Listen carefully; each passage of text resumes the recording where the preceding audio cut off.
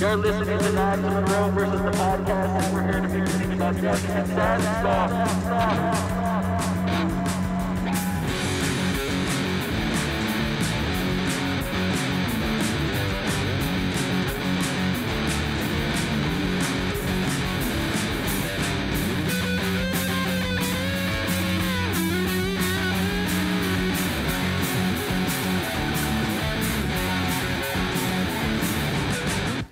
Welcome to another episode of Knives Monroe versus the podcast. I am your host, Knives Monroe. How you guys doing? Hopefully you're doing well. I'm here with a friend I have not talked to in ages. I can't remember our last face-to-face conversation. That's not on you. That's on me. It's just been a minute. I'm here with my friend, Bobby Brown. Bob, how you doing, buddy? Doing good, man. How have you been, brother? It's been crazy. Like, we were talking off mic, and it's been so long since we've talked to each other, and it's been a long time. It's kind of a bummer because you had mentioned that you had mentioned your wife, and I was like, oh yeah, he's married. I almost forgot because I've never met her, I don't think, and I haven't been introduced to your stepkids, and so you were talking about them off mic, and I was like, oh yeah, dude, it's been. I mean, I don't know how many apocalypses have happened since the last time that you and me hung out. Shit. There's been a couple. There's been a few apocalypses. I mean, the last time we spoke, wrestling had an audience. So true. Wrestling had an audience, and there wasn't no AEW. So that's true, it's man. It's been a good while, man.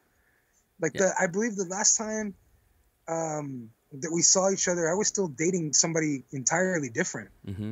And things just didn't work out with her, and I ended up ending the relationship. I moved out to another buddy's house, and I met the woman that would be my wife, and we've been together. How long have we been together, babe? Like 3 years? I don't know.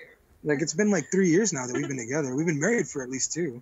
Since 2017. Yeah, since 2017. How did you propose? Did you bend the knee? I proposed in the car. I drove out to the spot where we met.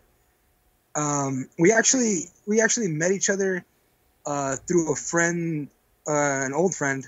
We're no longer really that close anymore, me and this guy. But he was telling me that he knew this girl from work, and that that he thinks that I would like her, and I'm like, well, like, maybe, who knows? I don't know. Like, I wasn't too interested in meeting anybody at the time. I was seeing somebody else. And what ended up happening was we ended up being friends on Facebook.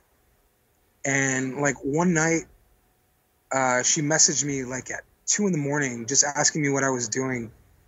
And I was like, nothing, like, what's up?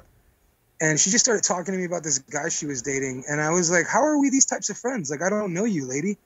Like, why are you like telling me all this stuff? And I found that I enjoyed talking to her. And I thought she was really funny. And at one point she was telling me like that she was having just some difficulty because she had lost her job with Ticketmaster. And I told her, I'm like, well, because at the time I was a security guard, and I told her, I'm like, well, I don't have much that I can help you with, but if you need $20 for like a meal and some bud or whatever, like, you can come by, and you can have $20. And she's like, no, like, what the fuck? Like, I don't, like, yeah, you don't need to do that, dude. Like, that's fine. And I was like, right on. Well, the offer stands, so just let me know.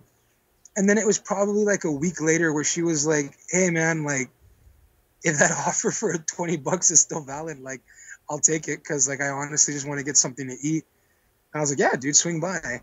So she like came by the place I was working at, and she just showed up, and I gave her $20, and I remember telling myself, like, if she asked me again for $20, I'm gonna lend it to her, and then if she asks me one more time after that, I'm gonna block her and never speak to her again.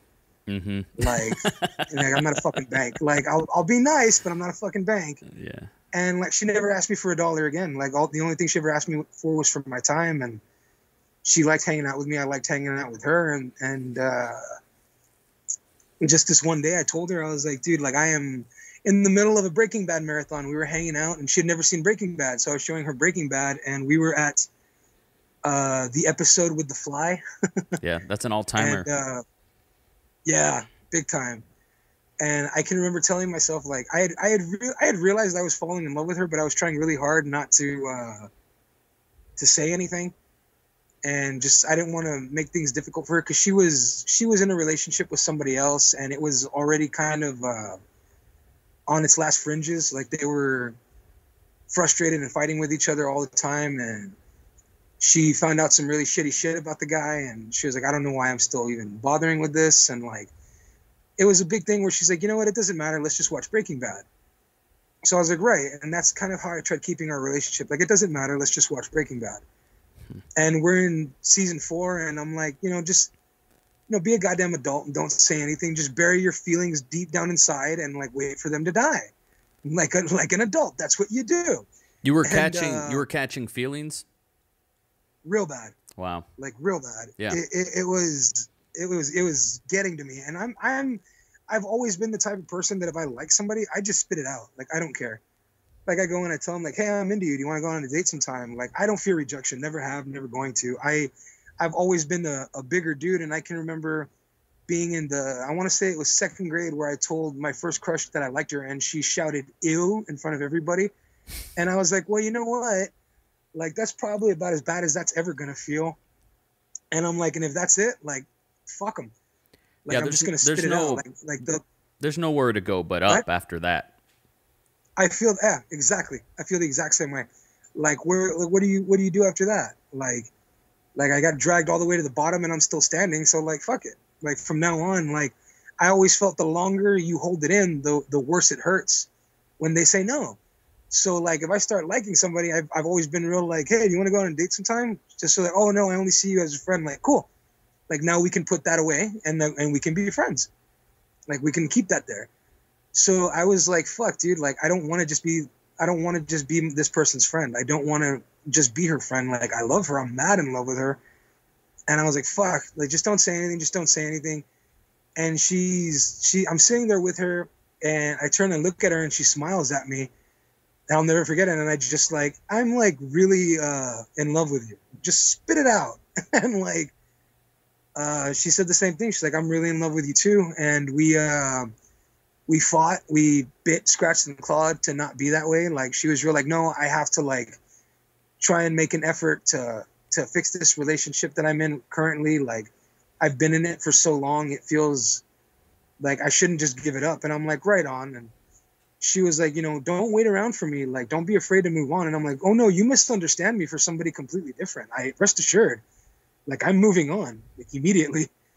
And I ended up meeting somebody else, and she liked me a lot. And that's when the woman who became my wife was real like, you know what? Like, I'm not, this is not going to happen. Like, I'm done with this asshole. Like, I am not going to live without you. And the other girl knew. I told her, I was like, I need you to know that I still have feelings for somebody else, and like, I'm moving on from it, but like, it's complicated because I'm still her friend. And she's like, dude, like, this is just us dating. Like, we're cool.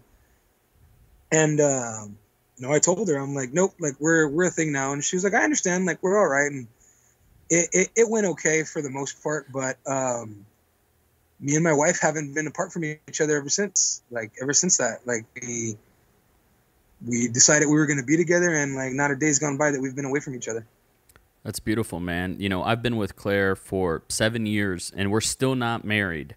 We have kids, we have dogs, we got the house, we got careers, we got everything except I haven't put a rock on it, Right on. And it's strange because, as you know, coming from like a Hispanic household, if you're dating for 2 to 3 weeks, that's when people are asking is like, when comes the baby? When are you guys going to get married? And so it's strange that we've waited so long. I really just take full responsibility of that. I haven't had the guts to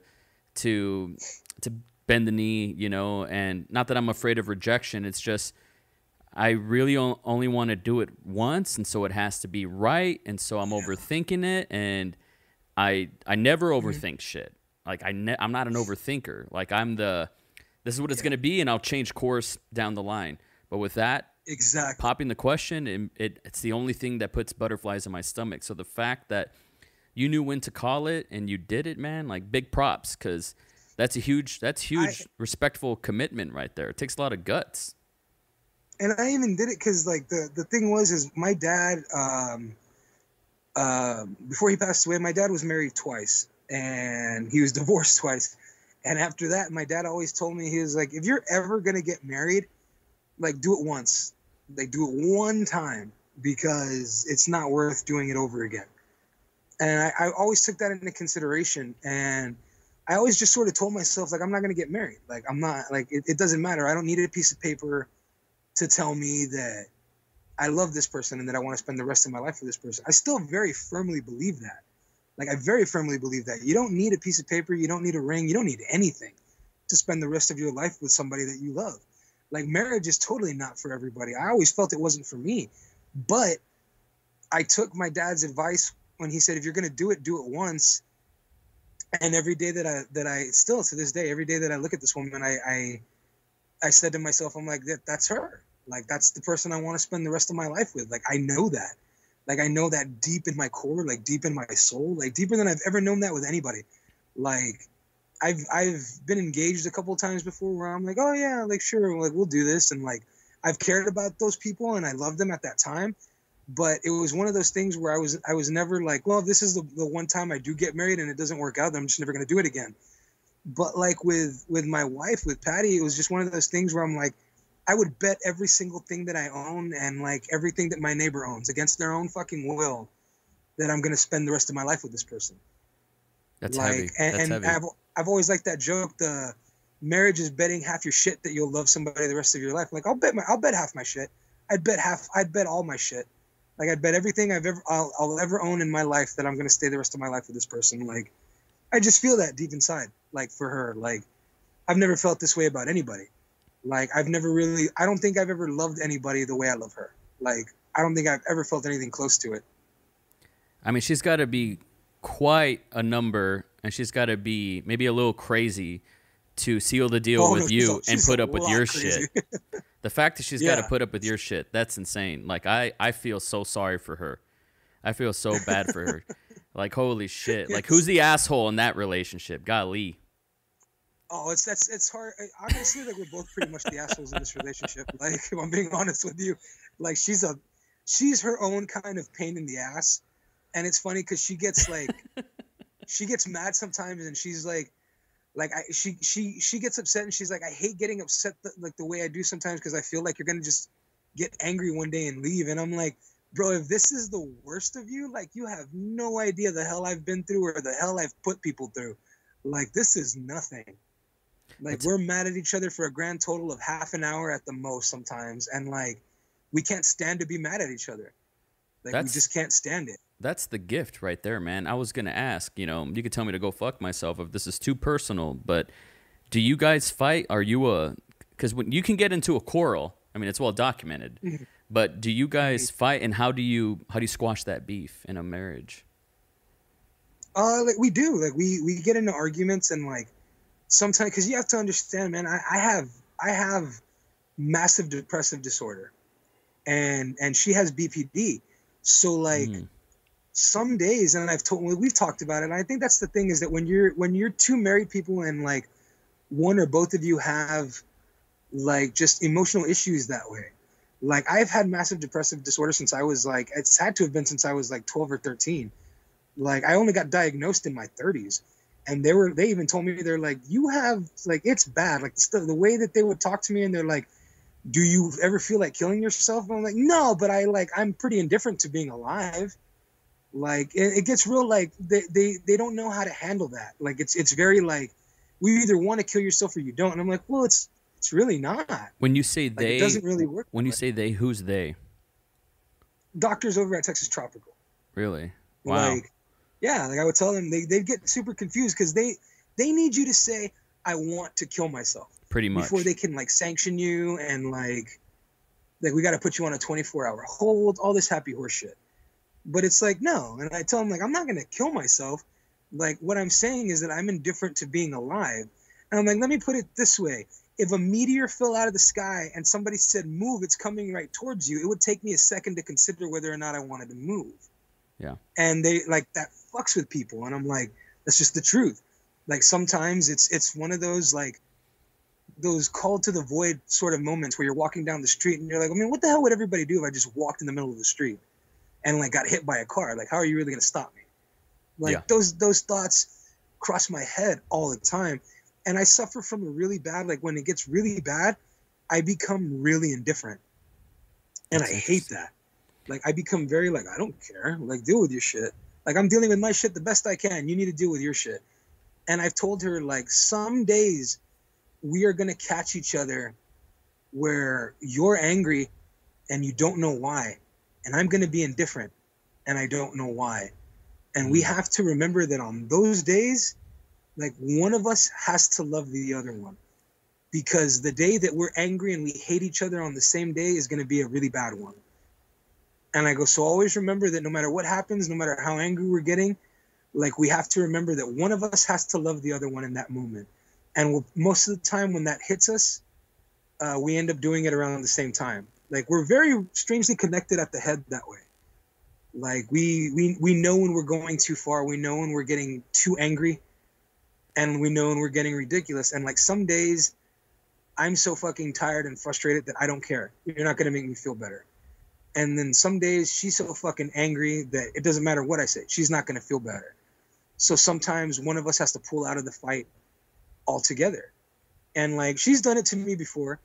Like I'm just angry and I'm bitter and I'm upset at the whole fucking world. And she just like, you know what? Like take 5 minutes and calm down. Talk to me in 5 minutes.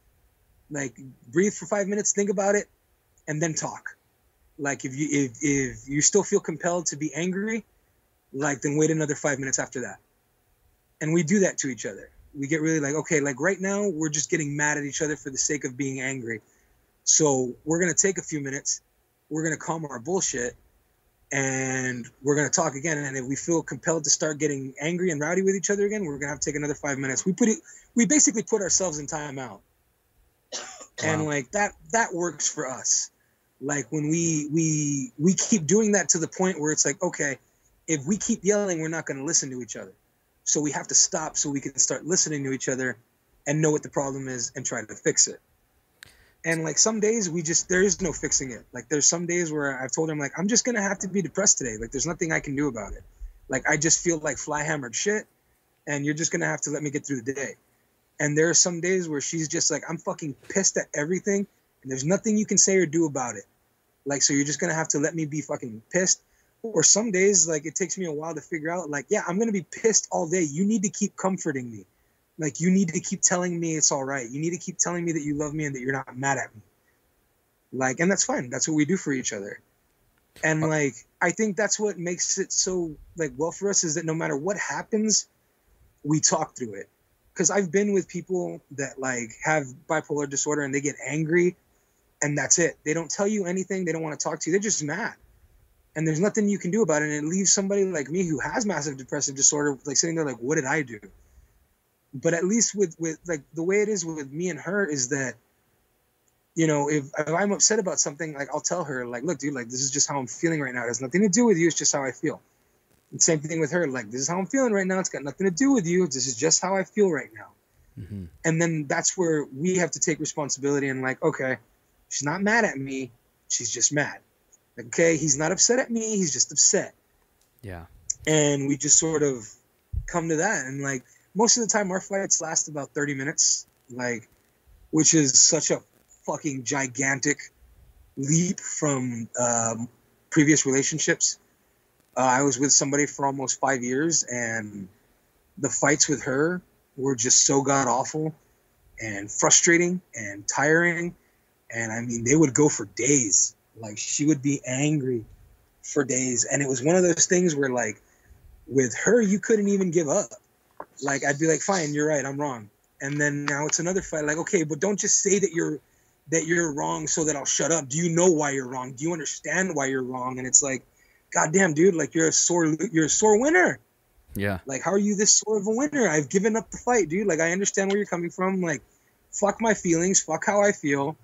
Like, I gave up. I submit to you. Like, what do you want from me? And like, nah, just kept going. Couple questions. And like this couple questions. I'm go curious. I'm curious. when it comes to your depressive, what's the exact diagnosis? Massive depressive disorder. When it comes MDD. When it comes to that, like, what sort of treatment do you take? Do you take anything? Do you just wing it? What do you do to kind of put more weight on the other end of the scale to be balanced somehow, if anything at all?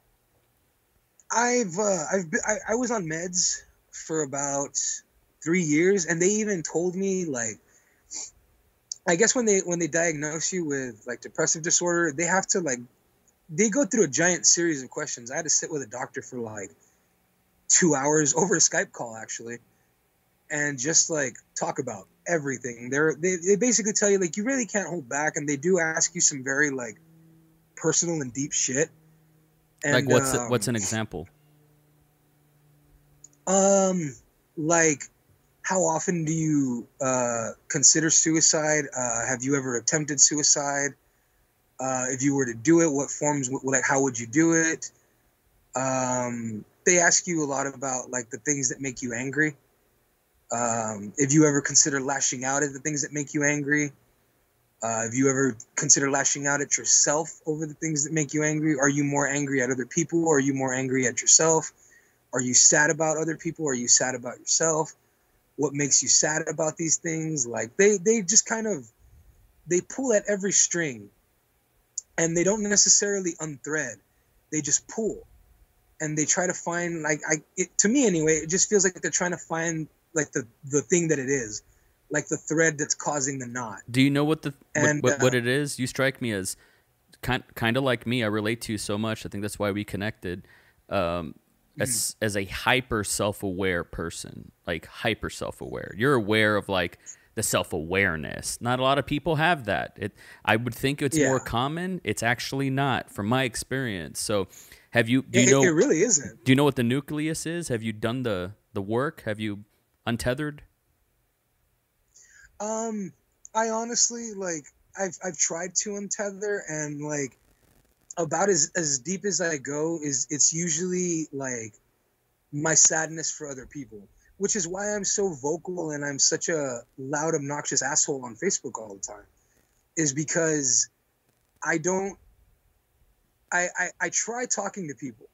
Like, I've tried, like, why do you feel this way about certain things? Like, why do you look down on certain people for certain things? And I mean, I'm as guilty of it as anybody else. I've said and like done things that I regret immensely, like, especially on fucking Facebook. Like, I see it all the time on my, like, I gotta tell you, like, on 2 years. I gotta tell you, like, full disclosure, I had to snooze you a couple years ago on Facebook because you were dropping atom bombs, you know. And there's a part of me that gets giddy about it. There's an entertainment factor from being a passive observer, but I would see you drop bombs on people, and I was like, look at him go. He doesn't stop. You're like, Mike Tyson or something on Facebook. You know what I'm saying? For sure. Like, you would, every day was like, you would drop napalm on motherfuckers, you know, or on issues or anything. And for me, it got pretty gnarly, you know. I wouldn't even say it was annoying me. It was just like, kind of like the bitch don't kill my vibe type of thing, you know, because I have to delude myself and try to stay as positive as possible.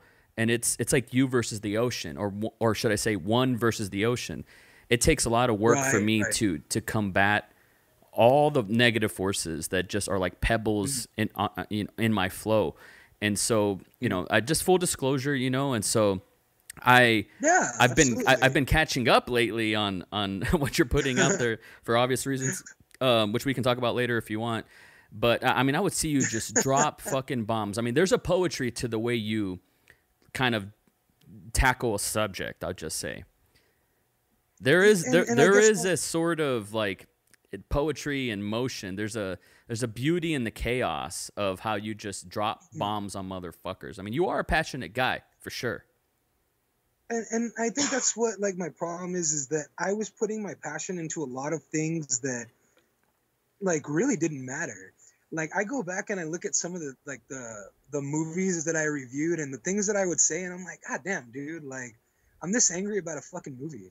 Well, that Like, means I you're love growing, right? I mean, you can't look back and sort of cringe at certain opinions or something if you're not growing. When you go back at something that doesn't age well and you double down, that might not be a good tell. Yeah, exactly. Look at I go someone back like and I look at the stuff that I said and just look at someone like James Gunn, right, who got crucified Mm. on the internet for stuff that he said that was incendiary, for sure, Right. right? That he couldn't defend. But I think he's shown over the past decade that he ain't that guy anymore. And I think, Right. people trust that he's not that guy anymore. And we have to trust people. We have to give people that time.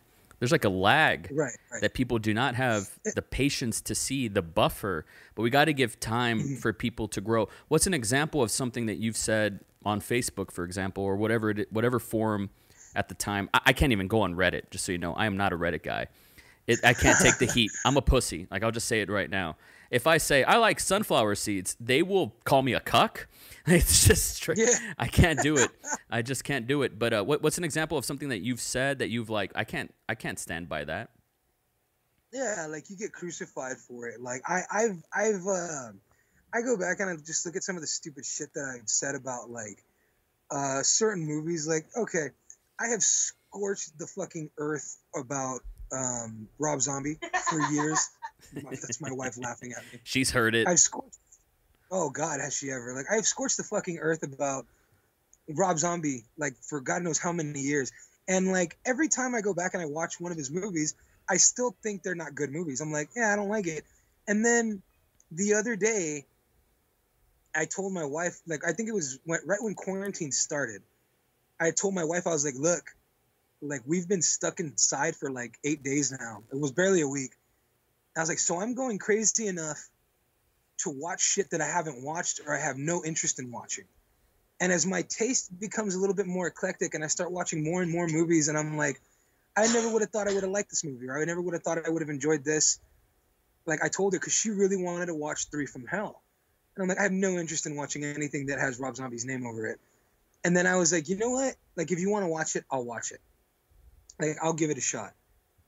And I end up watching it, and I'm like, after the movie, she's like, so what'd you think? And I'm like, I have to watch it again. And she goes, why? And I go, because I don't understand what's happening. And she's like, what do you mean? I go, I didn't hate it. Like, I didn't hate anything. Like, it's not good. Like, it's certainly not very good, but it's not Complete dog like, shit. there's nothing awful. Yeah, like, there's nothing awful about this. And I go, I need to watch it again and just see if I'm not understanding it. And she loves it. And I'm like, it's poorly acted, but that's not a reason to hate a movie. I fucking love poorly acted movies. Like, I'm wearing a Dead Alive cap. Like, I love poorly acted movies. Evil Dead's one of my favorite movies of all time. Like, I like a lot of one and done take movies. And like, I'm watching this and I'm like, I don't know, dude. Like, So what's it changed? seems like a bad college film, but it's not bad. And like, I go and I tell people, like, it's like, we did the other day on my podcast, we did a countdown of movies you can watch in quarantine or you should check out while you're in quarantine. And I suggested 3 from Hell. And I'm like, I know, fucking crucify me for all the stupid shit I've said over the years, but like, it's not a bad movie. Like, So what's I've what's changed? Like, this is a piece of art. It's subjective. Sometimes, art really is like a mirror for the state of mind that you're at the time. Would you say that's indicative of why that changed? I mean, I'm not a big Rob Zombie cinematic universe guy either. I think he's a competent filmmaker. It's cool he gets to do it. Good for him. But I don't actively go out to study his filmography for me. So what's changed for you? I mean, was it that the movie was fine, or was it you? It's me. Honestly, I have put it's not even so much effort. It's just that I make a conscious effort to unlearn things. And I had a friend a long time ago, like, and I feel like this was sort of the thread that like pulled on everything. And I have friends who are very militant in the things that they say, and it's very difficult not to be. It's very difficult to not be militant and be angry and radicalized when you see these things happening around you. Because see, when Black Lives Matter first started, I was one of those people who said, yeah, but I would say all lives matter. And I wasn't saying it to be a condescending prick. Like, I was saying it to say, like, yeah, but everybody's life is important. And I think a lot of people do that. I don't think a lot of people are like, all lives matter because, like, fuck you, that's why. Like, because a lot of guys are like that. A lot of people are like that. And, like, that wasn't my intention. My intention was just like, yeah, but, like, that's like saying that their life's more important than this person's life. And it's like, no, it's not. Like, you're not understanding me. Like, you're not listening. You're not understanding what I'm trying to say. And, like, I wasn't defensive of what I was saying. Like, I was like, okay, like, I get what you're saying, but, like, you're not listening to what I'm saying. Mm-hmm. And it's like, that's not what's happening right now. It's like, and, you know, people tried explaining all sorts of stuff like that to me. And I was very like, no, like, that's not what I'm saying. Like, you're not listening to me. And it's because, and I try to remember that. Like, that's not what they're trying to say. Like, it's, you know, like, this is not what they're trying to say. But you're not, but again, we have a real bad habit of miscommunicating and not listening to each other. And I remember another friend of mine told me, like, we were in the middle of a conversation about stuff, and she had said that women are often looked at as, and like sex from a woman is often looked at as a reward. And I go, yeah, but like by stupid people. And she's like, no, by common people, by people who think they're really smart, by people who are smart otherwise. And I said, well, like, I don't know if I agree with that. And she goes, do you come from a place of like, are you like a contrarian in nature, would you say? Yeah. You strike me as a guy in high school that was probably a nonconformist, right? Very, very. I was very much a nonconformist, and I very much naturally go against the grain to go against the grain. It's a fucking horrific habit. So one thing I want to say, sorry for interrupting, is you're fine. Also discourse online is like impossible, especially through texting, writing, like the written word. Right. There is no intent when it comes to anything. I'll give you a brief example, but this is a microcosm to like the macro. I asked a question on Facebook, and I usually ask questions. And I said, who's the smartest person that you know? And one of my dear friends said, my boss. He's a millionaire. He's one of the smartest guys that I know. I have another friend from Germany who jumped on his comment and said, are you fucking kidding me? And I was like, whoa, are you good? And she said, she's German. What is it about Americans that, you know, they idolize the capitalist propaganda that like intelligence and wealth are like synonymous? And it was just this big projection. She like really minded this whole gap. And I told her, well, first of all, you know, you can be smart and wealthy at the same time. But also the person that commented isn't from America. He's in Mexico. So it's just she had that locked and loaded, you know, probably. I don't know. She's ready to go. I have to imply that, you know, I'm not too sure. But I'll tell you this, if the three of us were breaking bread over brunch, I doubt she would have been that white hot of just like ready to go.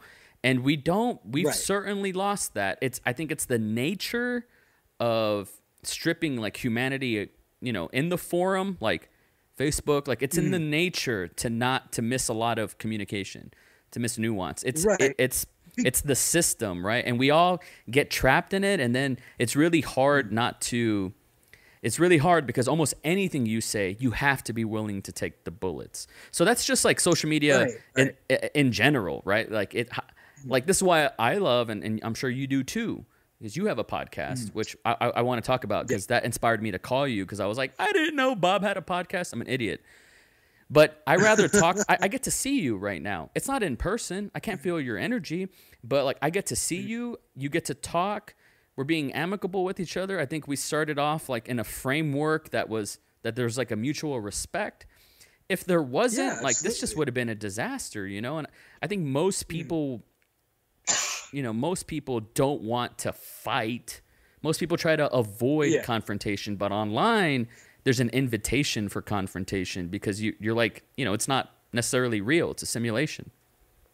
Yeah. And I think that's what happens a lot of times, is that is you can't hear inflections and tones through a Facebook comment. Yeah, totally. Like, so you're gonna take it the way you read it. Like, however you read it is exactly how you're gonna take it. And like, it had, like, okay, so like I was trying to say earlier, like I make it a habit to try to unlearn as much of that shit as possible. And like, when my friend had told me, like, look, man, like, people view like women, excuse me, like as rewards. Like, there's a lot of undoing that needs to be done. Like, just because you are respectful of the opposite sex doesn't mean everybody is, and everybody needs to be. We need to be respectful of each other. And I'm like, but I think we've come so far. Like, we're head and heels, like, above like where we used to be. Like, aren't we? And she goes, okay, let me give you an example. And she goes, I'm going to give you an example, and then I'm going to ask you a question. And I'm like, okay. And she goes, is an old-timey black and white movie that you're watching on TV. And I said, okay. It's like, it's a villain. He's taken a woman, and he's tied her to the railroad tracks, and there's a train coming. Mm-hmm. And I'm like, right. And she goes, now here comes your hero. Like, here comes the Lone Ranger with his, you know, all his shit. He's got his beautiful horse. He's got his cowboy hat on, a cape, whatever you vision a hero to be. And he's riding down the way, and the villain is ready to fight him, and he jumps off his horse. He fights the villain, and he unties the woman. He pulls her off the tracks, like, just in time. And he holds her in his arms, and he looks deep in her eyes. What happens next? Yeah. And I go, she kisses him? And then she goes, why? What if she's married? Like, what if she already has a husband, and this asshole has just kidnapped her and tied her to the tracks? Right on. Like, she's like, you're groomed to assume that he deserves a kiss because he saved her life. And that's a male thing to do. That's a male narrative too. Exactly. Yeah. Exactly. Yeah. And I was like, holy shit, I never looked at it that way. Like, I never would have thought of it that way. Well, and it fucked me up. It's and tremendous. Like, it's not a good. It's tremendous that you have that ability to even recognize that, oh, it can be both realities. That your reality is right. You're probably, especially in your family line, more sophisticated and more woke or whatever, liberal of viewing women as equals, right? Whereas you go back just one generation before, and it's not that way. And so, that's your reality. That's also right. But then there's an opposing reality that's also equal. Right? That's also valid. Right. That's also right. And most people just kind of want to stay in their bubble. And one thing that I respect is, even though you have the gift of gab, you're fucking killer when you have that microphone in your hand and the pen. Like, your pen is mightier than the sword. And I've always loved that about you. This is why anytime we hung out, it was memorable, like instant memorable night for sure. Because you could just talk you could talk that mad shit. But your ego, you can check the ego, and I think that's key. Yeah, and I think you have to. My dad told me, and this is one of those things that I've carried ever since high school. My dad, and when he was alive, like I always tell people, because people are like, man, you know a bunch of shit, and I'm like, no, I know a little bit about a lot. Like, I try to learn as much about everything as I can. I try to learn a little bit about everything, and my dad was like that, but my dad knew a lot about the stuff that he knew about. So when he would talk, everybody would kind of gather and listen because he was interesting in what he spoke about. And I remember him telling me one time, I was sitting with a bunch of friends and I was talking and just being how I am, and people were around me listening. And he goes, you like being the smartest person in the room, don't you? I said, yeah, sometimes. And he goes, always remember this. If you're the smartest person in the room, you're in the wrong room, because you can't learn a goddamn thing from anybody in there. Yeah. Like, find a different room. Yep. And that fucked me up my whole life. So, like, I've always tried to keep my ego in check. So when I say something and somebody goes, that's actually incorrect, like, I'm always like, okay, explain to me then. Like, tell me. Like, I don't want to have this conversation again with somebody and, like, come across some dude who's, even if it's the first time somebody's like, that's incorrect, and they're like, you know, they treat it like fucking Ethan Suplee and Mallrats, and just like, ha, you dumb bastard. Right. Like, okay, like, come with it. Like, correct me. Like, tell me what I'm saying wrong. Like, tell me what's wrong about what I just said. Like, I need to know these things, because if I'm going to sit and talk like I know what the fuck I'm talking about, like, then I should at least know what the fuck I'm talking about. Like, understand when you tell me your opposing side, like, I'm going to dig and dig and dig, and like, I'm going to try to prove you wrong. Like, because I already think I'm right. Right. And if it turns out that you're right, like, I swallow my pride and I'm like, no, fuck that. You're right, dude. You're absolutely right. Like, I was 100% wrong about that. And like, in order to grow, I think you have to keep your ego in check. Like, you have to keep it in check. And like, it's difficult, because you once you start unlearning things, you have to be in a constant state of learning and unlearning. Yeah. Like, you have to like, when she had told me that, like, she goes, see, you're not a bad guy for thinking that like, at the end the hero saved her and she kisses him, because you've been conditioned to see that. Correct. Like, that is what they do in movies. That, like, it's a conditioning. Like, and it's okay that happened to you, but now your eyes are open to that, and you need to remember that. And every time, and it does kind of, it fucks with movies too. Like, you sit and you watch them and you're like, God damn, dude, like how do you even think that's okay? Like, one of the movies that I was watching the other day with my wife, and I still love the movie. Is it Something About Mary? No, I haven't watched that Dude, in years. That movie, I rewatched it kind of recently in the past year. Just the entitlement, and the movie's kind of self-aware of it, kind of not, of just how Matt Dillon, Ben Stiller, all these guys have ownership over Cameron Diaz's character. Like, she's there to be a warm body, essentially, you know, and that's considered, and that was a very mainstream movie, you know. But I thought that's where you were going with. See, and like it's sort of kind of similar in the sense we were watching Just Friends, and I was like, that's a funny movie. I enjoy it. Like, I always sort of felt it was dumb but harmless. And then, like, I'm watching it and I'm like, what a fucking creep, dude. Like, there's no such thing as the friend zone. You were either her friend or you were trying to fuck her. Yeah. Like, that's the problem. Like, you were either pretending to be her friend because you wanted some sort of reward for it. That's nice guy mentality, quote unquote. That's that whole, like, but I'm a nice guy. I'm guilty of that. Yeah. Like, I'm guilty of thinking that way. Like, when I was younger. But you unlearn that shit. Correct. like, And it's a real, like, even if you were like, no, like, I wasn't trying to be that way. Like, it doesn't matter what you were trying to be. Like, it's what you did. Like, you can fucking shoot a gun in a direction and you hit somebody and kill them. I wasn't trying to do that, but you did it. Right. Like, you know what I mean? Like, you have to be careful with what you do. And, like, you need to take into consideration fucking everything that you do. Is this person your friend, or are you trying to fuck them? Like, there's a world of difference. There's also a world of difference in being somebody's friend, and then one night it happened, and we ended up being married and together forever, or one night it happened, and nothing ever came of it. We're still friends. Like, these are different scenarios and different places in life. But to sit there and, like, I've been nothing but nice to you, I've been nothing but kind to you, and I'm like, and what, dude? Like, do you get a punch card for it? Right. Like, that's fucking gross. And then, like, in the movie, he comes back and he's real like I'm gonna treat her like every boyfriend she ever had. And I'm like, you're a dick. And then at the end of it, he apologizes for it, and she's supposed to, like, run into his arms. Like, if I was Amy Smart in that movie, I'd have been like, dude, you came back, like, all this way to just be a giant dickhead to me. Like, you should maybe go back to wherever it is that you've been staying and, like, never talk to me again. Like, that's the nicest that I would have hoped for, being that kind of an asshole.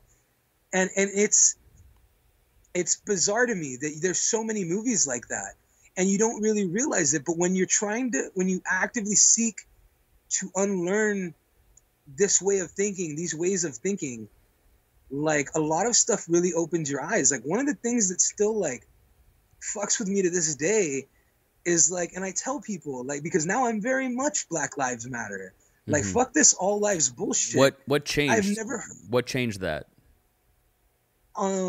Because what if someone brings this argument that, oh, well, now it's cool, so you're going with the trend. Now people are going to say it's a trend right now. It's hot, and maybe that's why you're going with it. An obtuse motherfucker would say that. Somebody I can't remember who it was. I think it was just somebody online. And I wasn't having the argument. Like, I wasn't arguing with people. Like, I was trying to understand, like, where everything was coming from. And I was already, like, leaning more towards that side because somebody had pointed out that, like, you know, they've been saying this since, like, Rodney King. Of course. And then somebody was like, no, they've been saying this since Malcolm. And somebody else like, no, they've been saying this since Martin.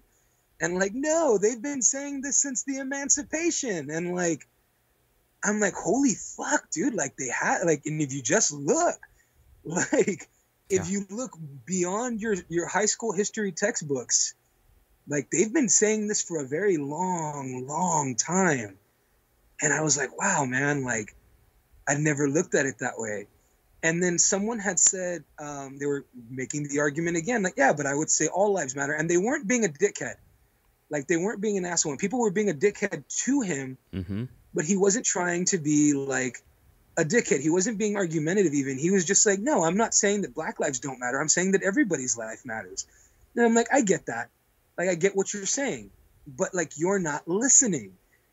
And then somebody had pointed out, because the guy was a soldier, and he goes, if somebody were to shoot, if you were on the field right now and somebody were to shoot your friend and you put your arm underneath him and he's limping on one leg because he got shot in the leg and he's hopping, and then somebody else comes running alongside you, like he's in your unit, he's your friend, and he starts shouting, hey, what about my leg? But he's running. Yeah. And like, your leg's fine. Like, no. There's a rock in my shoe. It hurts my foot really badly. My foot matters. Right. Your foot does matter. But he's been shot in the leg. Like, he's not going to make it if we don't help him. Like, oh, I probably won't make it either if I don't get this rock out of my shoe. Like, right. He's been shot. You have a rock in your shoe. There's a very difference in the struggle. And the guy even said, he's like, well, that's two different struggles. And she goes, yeah, that's exactly what I'm saying. Right. It's two different struggles. And like, this is where I use the example, like now, like I use that because it's hyperbole, but I love hyperbole. I use it in like my sarcasm all the time. Like whenever I'm whenever I'm lashing out at somebody, I use hyperbole. Like I use hyperbole like it's a fucking sword. Yeah. And like, yeah, it's my way of using it now when I talk about like police brutality. Yeah. Like I've always liked that meme that said, no one ever wrote a song called "Fuck the Fire Department."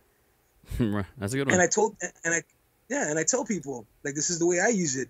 And I go, how comfortable would you feel if your house was on fire and you called 911 and they told you, we're sending the fire department right now, but there's a 30% chance that one of those firefighters is going to throw gasoline all over your fire and just make it worse? Like, would you feel comfortable with the fire department coming? Like, no, you wouldn't. Like, and you wonder why people don't like to call cops. Right. Like, and it's stuff like that I try using like all the time. And it's difficult sometimes because I get angry about it. And I find myself getting angrier at people who I feel are smarter than that. Like, I'm like, you're smarter than this, dude. Like, I know you're smarter than this. And that's where I start to get really irritated. And that's where I start to get really fucking angry. Yeah, no, totally. There, like, you're like, preaching to the choir. Better. You're preaching to the choir, man. Like, I feel you. I'm going to try to play this video.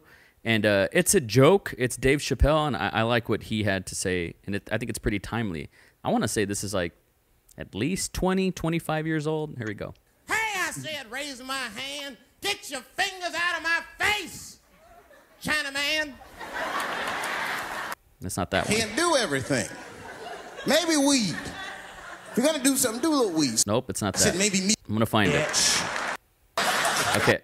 Let's see if this is it. Hey, we can process you. Tall? Yes. He had his hat on backwards, too. Good. Shoulders all relaxed and all this trouble.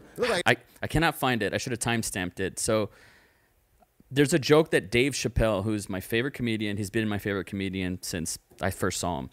And there's a joke he has where he's like, man, racism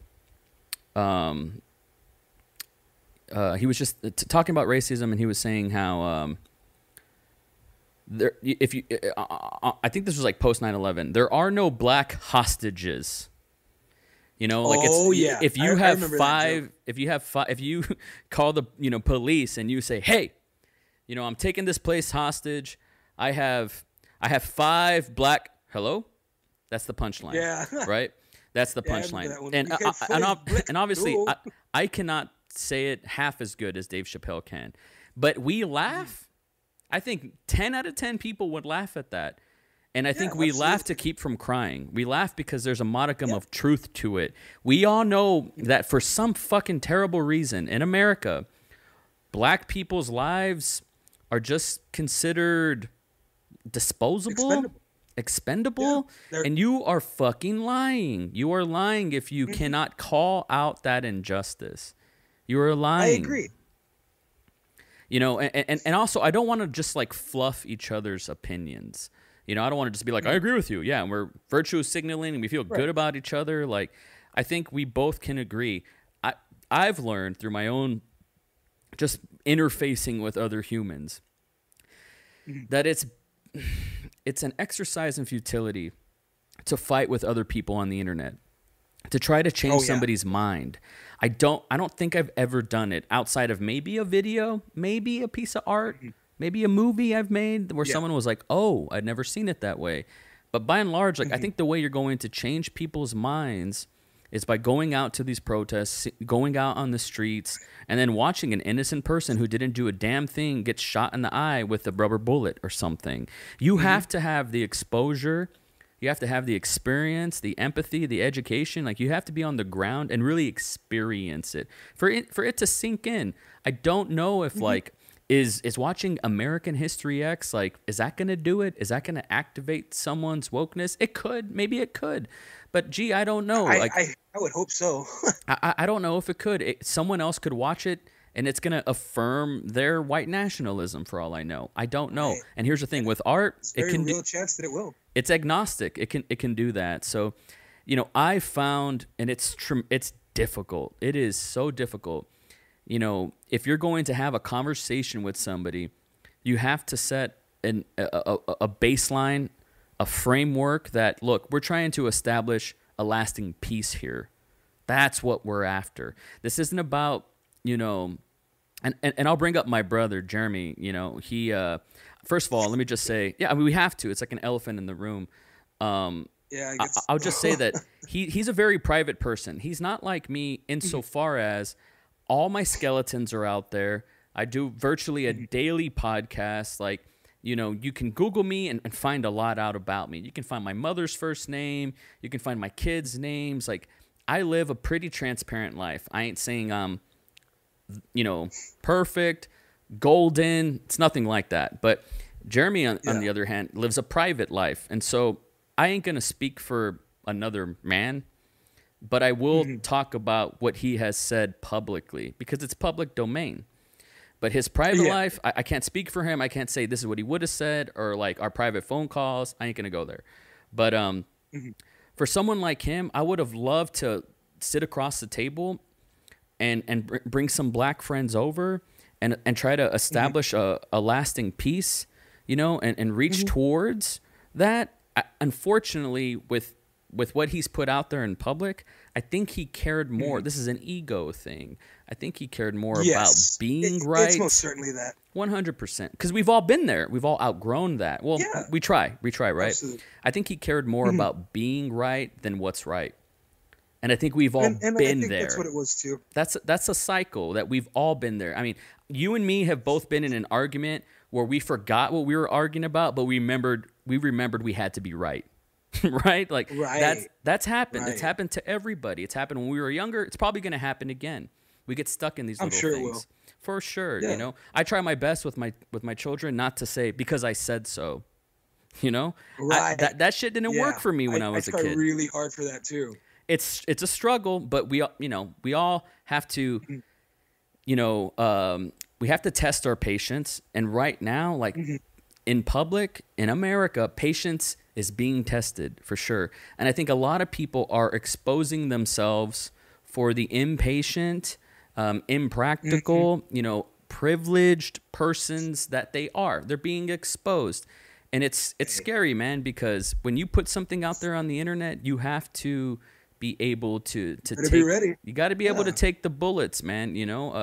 That's just the way that goes. And so I saw, and that's why, I saw like y'all's with quarrel him, go ahead. online, and it was flames. It was flames, and it was something that I couldn't take joy in by any means. I just knew that if y'all shared a joint and there was some barbecue and Breaking Bad was on, everybody could their guard was down, the trust factor was there. Yeah. There's a shorthand. It becomes a different conversation. But online, that just ain't the place to do it, I feel. Yeah. And even then, even with everything that was said, because admittedly, I got hot because I was like, come on, fuck. Like, Can Jeremy, you really? just for the listeners and who I even told him. for the listeners who don't know this inside baseball, can you set the stage? So what happened was, I was just scrolling Facebook like I normally am, and Jeremy went on this sort of, I wouldn't necessarily say it was a rant. It was just more of his just comment on everything. And I was still pretty okay with him saying, and even then I was going to say something anyway, but he went about saying all lives matter in a really long-winded way. But the part that set me off was that he said saying Black Lives Matter was racist. Yeah. And I was like, what the fuck? And I was like, okay, because full disclosure, me and my wife were on an acid trip. I was tripping on acid. And to those people who've been on acid, I wasn't on the type of acid where I'm seeing things come through the walls, or anything like that. I was on the type of acid where everything is opening up, and I'm thinking, and I'm going through everything in my head, and I'm trying to understand everything that's happening around me. Just to kind of just to put some color on that, I've taken acid once, and I've talked about this with my family. Once again, I live a pretty transparent life, even though I have drug-free tattooed on my knuckles. I took acid once in 2013. It was just like a bucket list thing for me. I wanted to try it. You think about Tool, you think about Sgt. Pepper's. It was one of those things. And right on. It was like you said, I didn't see the leprechauns and rainbows and shit. Instead, what I saw was the veil was lifted of bullshit, and I realized, but also it was inward as well. I saw how full of shit I was, and how I was the cause of my own suffering. So it's not just a magnifying glass; it's also a microscope to see inside yourself. So just putting some color on that experience. Yeah, and this was only the second time I've ever done it, and I read that, and I shit you not, dude, I read it probably 11 times because I was like, I'm not reading this right.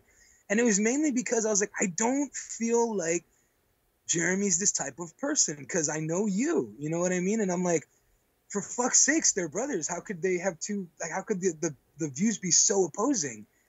And and I told him, I remember my first comment said this could just be the acid talking, but this is one of the most full of shit, never left my mother's porch, privileged bullshit I've ever read in my life.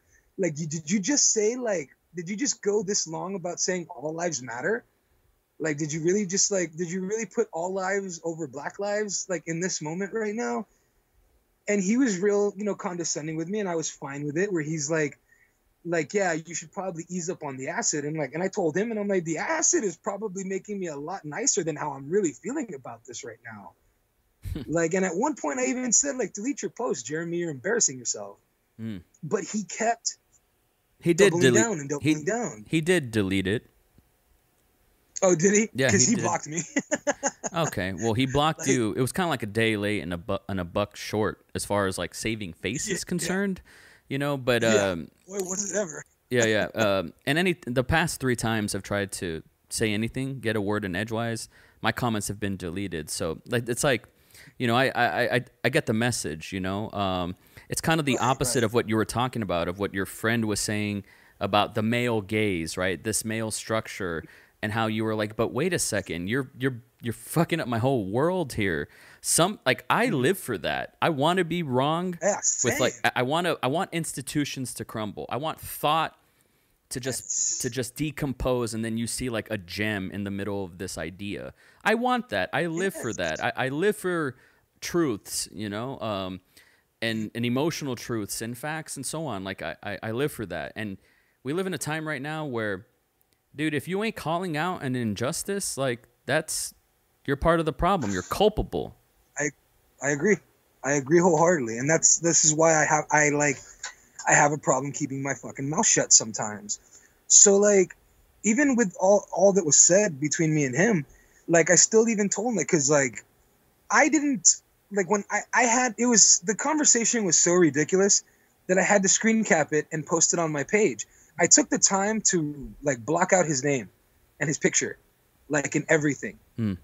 And I'd even put on the thing, I'm like, this is not me challenging you to come to my page and like, no, it was me. And I'm like, I'm asking you not to, because I don't want to be responsible for like cyberbullying, dude. Like, I don't want anybody to bully you. Like, regardless of all this, even now, I still like Jeremy, like regardless of everything. You did and go, like, yeah, you went Goro fatality style on him. You did. You like Zod snapped his neck, his head went like 9 times around. As far as like online goes, bullying, I can't. I don't know. Like I said, when you're gonna say something and I mean, how did he is truly out of touch if he did not think he wasn't gonna get shit for that. Because he started off saying, "Hey," I gotta say it. I don't know what it is, whatever that. He came out the gate kind of like, I gotta say it. Kind of like it was a brace yourself, people. Wake up, sheeple kind of thing. You got to be able to. You got to take the smoke. It's just what it is. Right. It's just what it is. And I will say, like, I mean, do you have brothers and sisters? I can't recall. You have a brother, don't you? I have a younger brother. Yeah, he's 20. He's going to be 20 in January. He's 19 right now. He's a baby. I remember when you first talked about him. He was a young blood, but you guys surely have to be kind of different. Oh God, absolutely. Like we're very different in a lot, but like we're very similar in a lot of the ways too that we think. So yeah, with me and my brother, I'll be honest. Like, he lives such a private life. I don't really know. I don't know him that well. I don't. I have ideas. I don't think it's fair to judge him from who he was 9 years ago. But that's like the best time that I knew him. I don't really know what he's all about right now. I don't, and so you had said something, and I'm responding to, how can Jeremy and Knives be so different? I mean, that's just the way it goes, There's those cliches of Thanksgiving dinner, and there's the opposing, I have an uncle that voted for Trump, and that's real talk, It's that's just, everybody's so different. Me and Claire, there's certain things where we agree to disagree. It's just the way it is, I have to believe that there's a way the best part about this country is we can all be different. We can all live in opposing realities. However, when you put something out on ink, which is what, if you're going to tweet something or Facebook, people are going to try to cancel you or whatever. I mean, you got to take the bullets. Like, that's just the way it goes. Would he have said this in public, face to face? I mean, if he wouldn't, then why did he say it online? Then how can you defend that? I hope in the future he can look back and be like, that was whack. I was young. Yeah. And I think people would accept that, because that's what we want. We don't want him to be like, you were wrong, I was right. We don't want that. It ain't black and white, no pun intended, like that. But we're all growing up, man. We all got flaws. We all got, some of us just don't put makeup on it, Yeah. And I think like that was because even then, like, even if you go back before he like deleted it, like in the comments, like somebody found him after I posted it. Someone found it really quick. And like, they were very much like, oh dude, like I'm going to lay into this dude. And they commented on it. And I had even said, like, honestly, dude, like if I thought that there was nothing here, I would not have been on my soapbox all night and wasted my fucking acid trip. Like, it didn't feel like time wasted. And I had said, I was like, honestly, like, I think better of him. And I even said in the comment, I was like, dude, like, I like you, Jeremy. Like, you've never been nothing but nice to me. Your family's never been anything but kind to me. Like, I don't have any problems with you at all. I think you're better than this. I think you have a lot of growing up to do. Like, I think there's a lot of growing up that you need to do. And then, like, and I did, like, I made fun of him about it. Like, in a lot of the comments, like, I made fun of him. And it was just one of those things where I'm like, you don't need to say this stupid shit. Like, don't say something like that. Like, how do you not stop yourself? Like, when he had said, I'm not black, just 3%, like, I was like, how do you not stop after I'm not black? Like, how do you not stop there? Like, what did you need to include that for? Like, you are not part of that conversation. Like, this is a very different conversation that's happening right now. Like, it's a very different thing that we're talking about.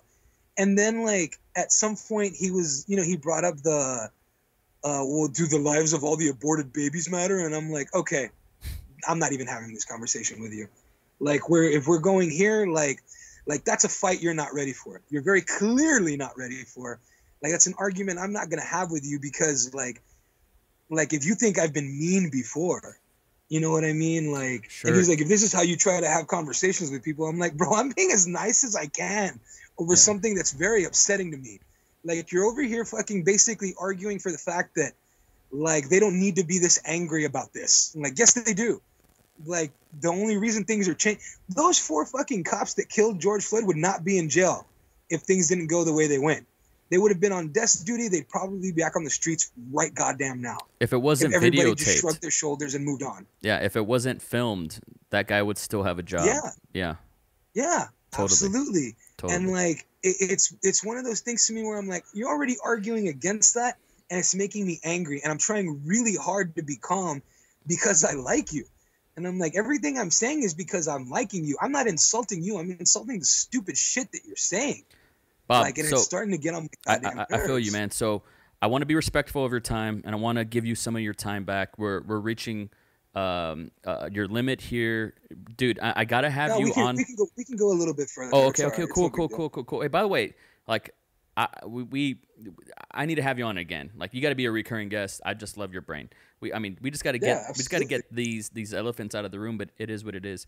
A couple things I wanted to ask you. Well, first of all, these topics, whether if it's about abortion, gun rights, racism, all these topics, rioting and the First Amendment and so on, war, right? Maybe we're probably going to go to war with China someday.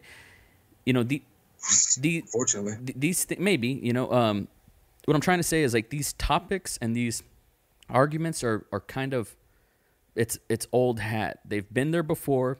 Oh, yeah. They'll come up again. Maybe before anything gets systematically resolved, the Black Lives Matter movement will quiet, right? And then another thing's going to happen. It's going to come back up again, and then we're going to hear these arguments again. I say all this just to kind of say I don't think this is a trend in a hip fashion sense of, like, this is a fun thing to talk about. This is a trendy talk about. It's like, no, this is, like you said, had been going on for hundreds of years at this point, and we're going to continue to have this conversation, and we should. Yeah. Let me ask you a question, because you are not a black man, and I'm curious, like, when you saw George Floyd get murdered, like we all did, it was like a had to see it to believe it thing. I've only seen it once. When you saw it, how did you know that it was an act? Well, I'm asking, do you think it was an act of racism? And if you do think that, how do you know that? I think the way that black people are treated so disproportionately when it comes to being arrested, it's hard not to call it anything but racist. I don't know how anybody could call it anything else sometimes. I look at situations like that psychopath Dylan Roof went and killed a bunch of people, and they arrested him calmly, and they took him to Burger King before they took him to jail. And he was allowed to file a complaint saying that, like, they're mistreating him in prison. Like, oh, are they? Like, are they mistreating you? Like, you fucking lunatic. And, like, to sit and watch the fact that some of these people go around and they murder dozens of people, and they put their white hands in the air, and like, oh, it's okay, just put the cuffs on him, and don't worry, buddy, we're gonna take you to Burger King, then you're gonna go to jail. George Floyd wrote a hot check, and it wasn't even a hot check.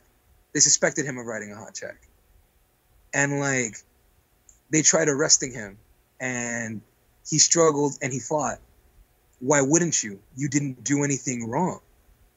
And they put their knee into his neck. And you have these idiots that go, I can put my knee on my little cousin's neck and he's fine. I'm like, you're not putting pressure on him, for one. For two, there aren't two other cops on your knees and on your back that you can't see from that angle. Like, he can't move. Like, they're suffocating him. Like, have you ever heard of being smothered? It's not unlike that. And like, to sit and watch that, to sit and watch the way Philandro Castile got murdered, when he was like, I've got a license to carry. I have a weapon in the car. Like, okay, get your license. And he reaches for it, and they empty a clip into him. Yeah. And it's like, that doesn't happen, dude. There's another video of a guy who gets pulled over. He has his dash cam on, and he's white dude, just white guy. And you have any weapons in the car? He goes, yes, sir. I've got a loaded gun under the seat. It's in the case. And he's like, okay, that's fine. Like, super relaxed. And I'm like, why didn't you empty a clip into him? Like, it doesn't make any sense. He said the exact same thing. Like, I've got a gun. Like, that's fine. Get your license for me. And no one did anything. The guy didn't get so much as a fucking ticket. It is systematically racist, and it proportionately targets poor people. And that's where they get away with saying it's not racist. Like, we're not racist. I'm like, no, you're just attacking poor people who are, by fucking definition, mostly brown and black people. Like, it's fucked up. I was arrested about 2 years ago for less than a gram of pot in my car. And the cop who arrested me pulled me out of my car. He asked me to empty out my pockets. He was talking to me very conversationally, and he had another cop come and start talking to me, and they were both being very, very, very conversational, like super mellow. And then the cop's looking in my car with his flashlight, and I look over at him and I notice that he's doing it, and he turns and he looks at me and smiles and goes, "Do you mind?" Like, as if to say, like, are you okay with me, like, using my flashlight in your car? And I went, no, I don't mind. And then he grabbed his dog and threw it in my car. And the dog found a gram of pot in a second. And, like, I told him, like, can't you just throw that away? Like, it's a gram. He's like, no, you're going to be placed under arrest. And I'm like, okay, like, holy shit, dude. And I told the guy, I'm like, okay, I've never been arrested before. He grabs my wrist, and I'm like, okay, that's not necessary. And he goes, stop resisting. And I'm like, hey, like, real calm. And I went, hey, I'm not resisting.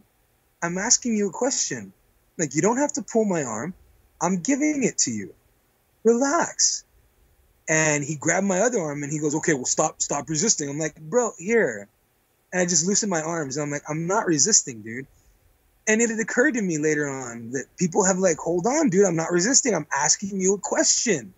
Like, answer my question. I'm going to go with you. And they get tased for that. Yeah. And it's one of those things I came to learn a long time ago. Like, and I said it to Jeremy. I'm like, bro, you need to take a trip down to Casper, Wyoming. Like, take a trip down there. Like, I learned a very harsh lesson in Casper, Wyoming.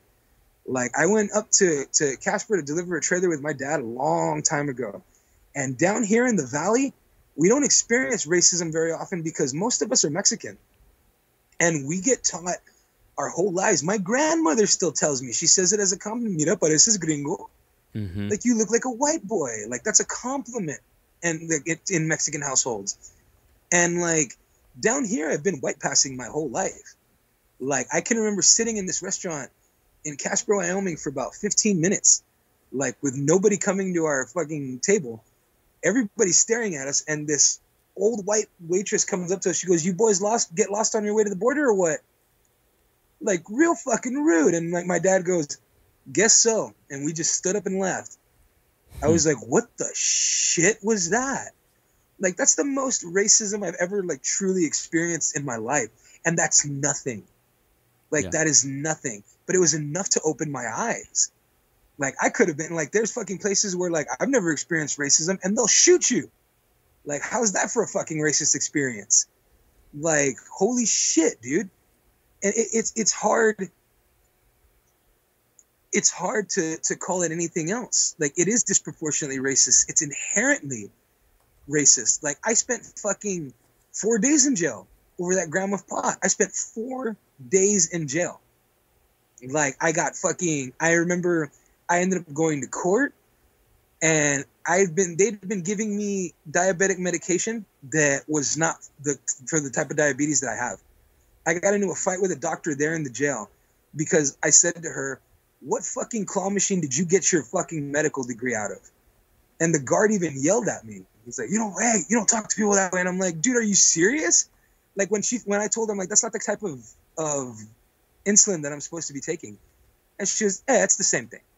And I said, I feel like you should know, at least you of all people in this building should know that, it's not the same thing at all. That is absolutely not the same thing. There's 2 types of diabetes. You're giving me insulin for a diabetes that I don't have. And they were real like, nah. And I'm like, okay, I'm going to trust you because you're a doctor and you should know what you're talking about. I ended up in court, and I went through, after they told me that I was going home that night, like, the judge was very like, oh yeah, just send him home. Why is he even here? Like, over a gram of marijuana? Like, why am I having this conversation today? Like, let him go. They sat me back down. I'm shackled, by the way. They have me shackled at the waist, the ankles, and the wrists. They sat me next to a man who murdered his wife on the bus on the way to the courthouse. Like, he asked me what I was here for. I was like, oh, for a gram of pot. He was like, I murdered my wife. And I'm like, I'm glad we're sitting next to each other. We're clearly the same type of person, I guess. Yeah. And fucking, I'm sitting there hearing all this shit, and my body starts to go into a diabetic shock. Like, I start shaking. I'm losing vision. Like, I start sweating, like, really badly, and I'm not even hot. And I turn and I look at the cop, and I say, hey, man, can you take me to the restroom? I'm going to throw up. And he goes, no, just sit there. And I'm like, okay. And I'm trying, and I turn and I look at him and I say, hey, man, you don't understand. I'm really going to throw up in a second. Like, something's wrong. And he goes, shut up and face forward. And I'm like, okay. And I turn back around one more time and I'm like, could you maybe grab that small trash can over there? I'm about to puke. And he goes, why? Are you excited that you're going home today? And I'm like, no, something's really wrong. I don't feel right. Like, please help me. And he goes, shut up, turn around. And I went, okay. And I turned around and I just proceeded to vomit. And they dragged me out of there. I lost sight out of my right eye. Like, I couldn't see anything. Like, everything was blurry. And I was violently shaking. And, like, they pulled me out of the courtroom covered in vomit in front of probably 300, 400, 500 people. There's a lot of people outside. My wife is there. My best friend Josh is there. And I remember looking at my wife, telling her, like, I'm coming home tonight. I'm coming home tonight. And she's crying. I'm soaked in fucking vomit. And they take me downstairs and they put me on a bench. And I start begging them to take me to a hospital because I can't feel my face. And they're like, you're fine. And I'm like, no, I'm not, dude. Like, I can't feel my face. Like, something's wrong. Like, I'm making faces at them because I'm trying to feel it. And they're like, you're okay. And I'm like, no, I'm not, dude. Like, something's wrong. Like, take me to a hospital. And they, like, utterly refused. They were just like, no. And, like, they just left me there. They left me there on the bench. And I laid down on it. And I just kind of just kept sitting there, like, saying to myself, like, dude, if I die right now, like, if I stroke out, the last thing I said to my wife was, I'm going to be home tonight. This is how I was treated in Hidalgo County over less than a joint's worth of marijuana. Less than a joint. Like, there was not enough weed to roll a joint. And then to top that off, that same piece of garbage pig that arrested me, who like I wish the absolute worst on every day of my life. Like if he were to get cancer tomorrow, I would feel bad for the cancer, and cancer killed my dad. That's how little I like this guy. He took the time to put in his report. He suggested that I be sent to federal prison for it. Like that was his suggestion, is that I be sent to a federal jail, a federal prison for less than a gram of marijuana. And like to sit there and deal with the system the way it's set up, and to have talked to the people that I met in there who like, I understand meeting the guys who are like, oh yeah, I was drunk driving. I'm like, okay, well yeah, I get why you were here. Like I wasn't even like intoxicated when I was driving.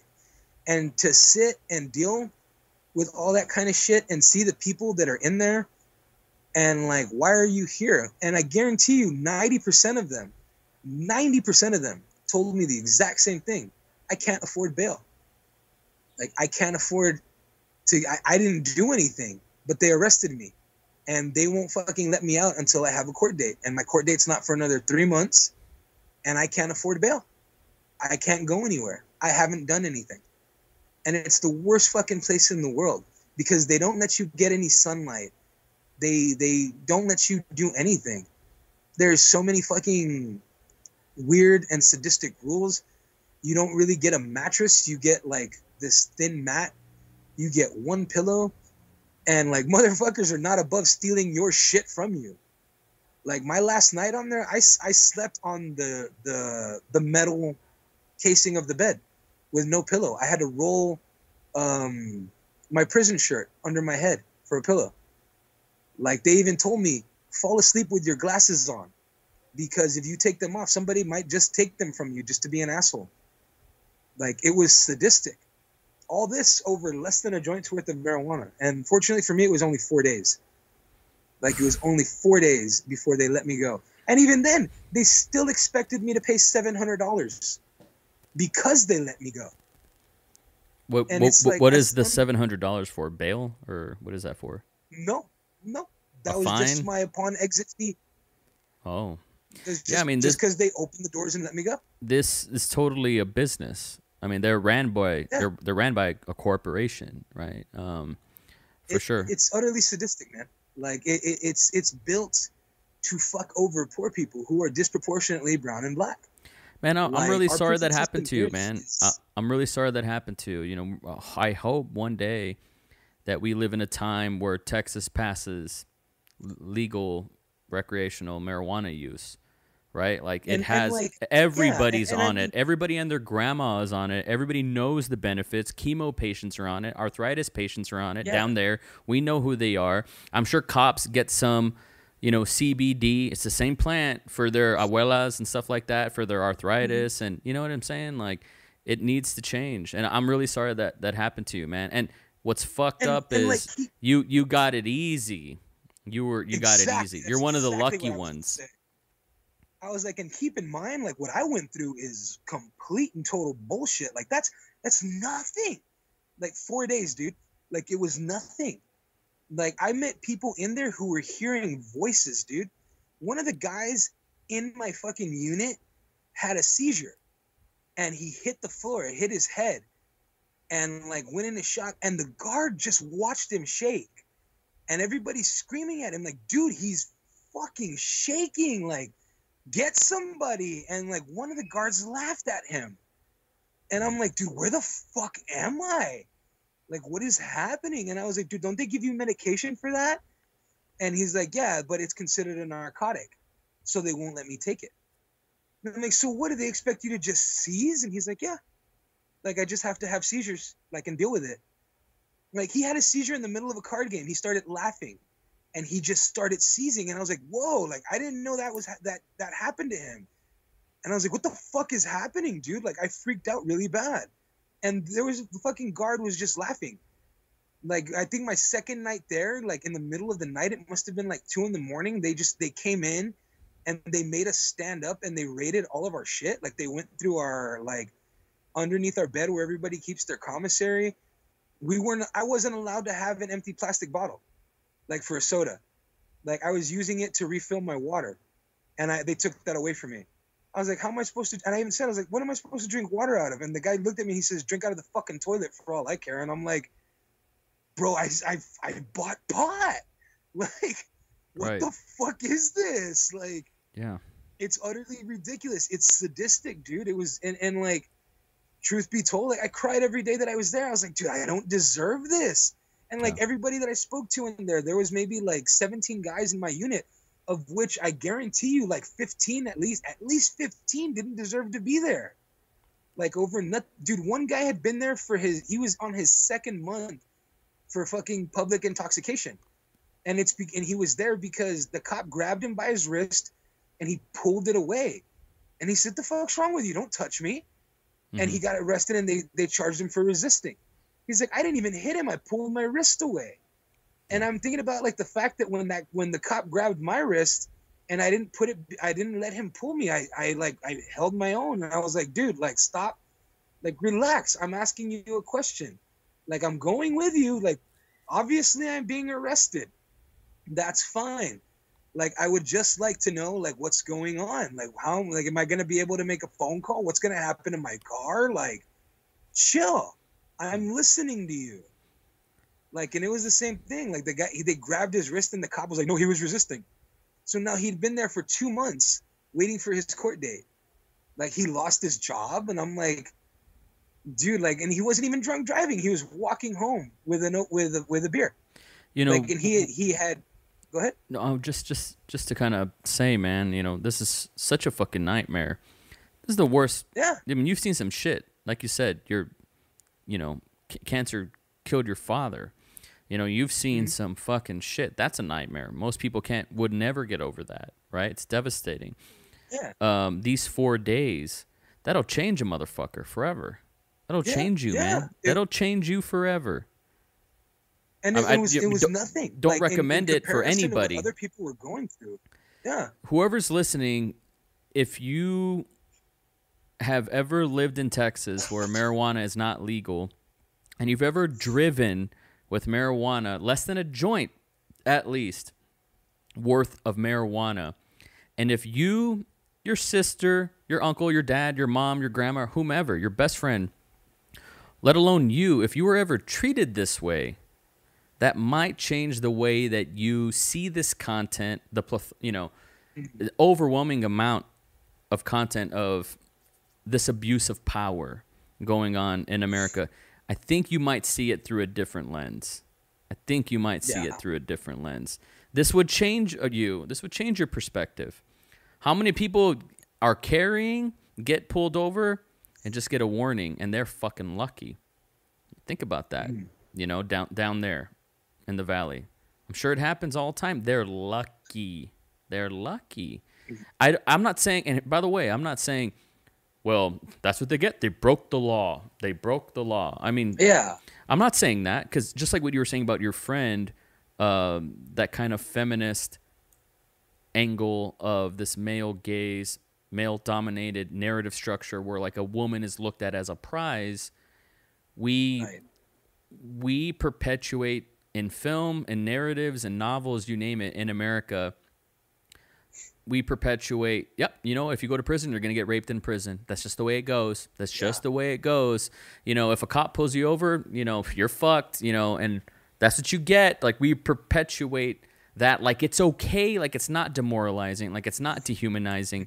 I mean, there's all kinds of stories that you hear about these soldiers that go to Iraq, Syria, what have you. There's all kinds of stories. But I've heard firsthand, about building camaraderie with being this American militant force that is in a city or in a country in Afghanistan or something, and they have to befriend the neighborhoods. They got to go door to door and build trust with the citizens. We're doing that with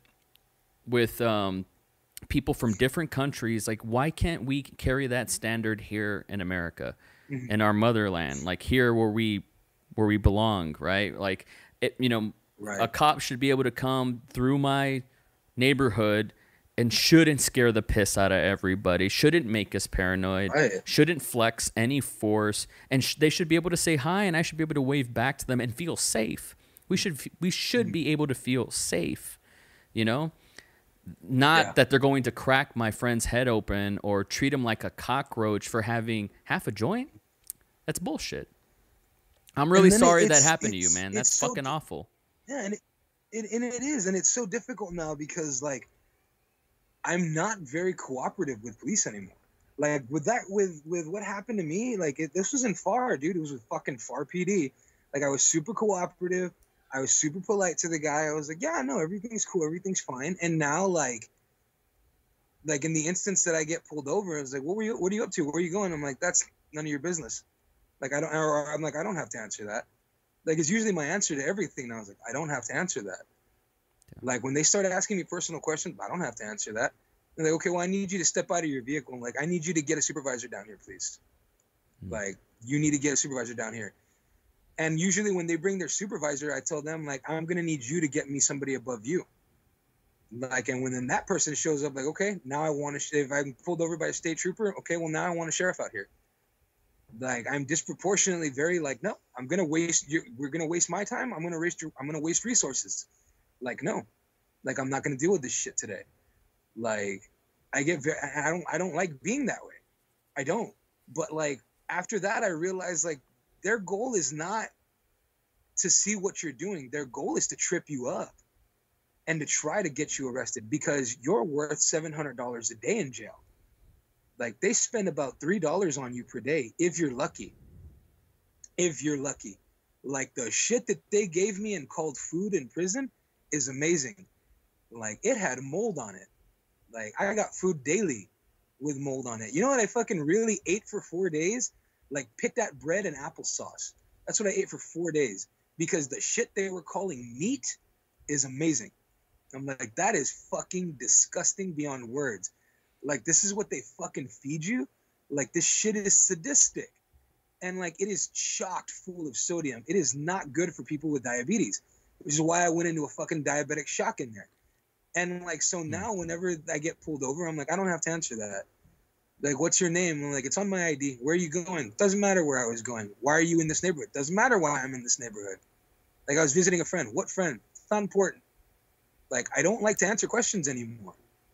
And it was like, hang on. Sure. Can you throw and check who that is?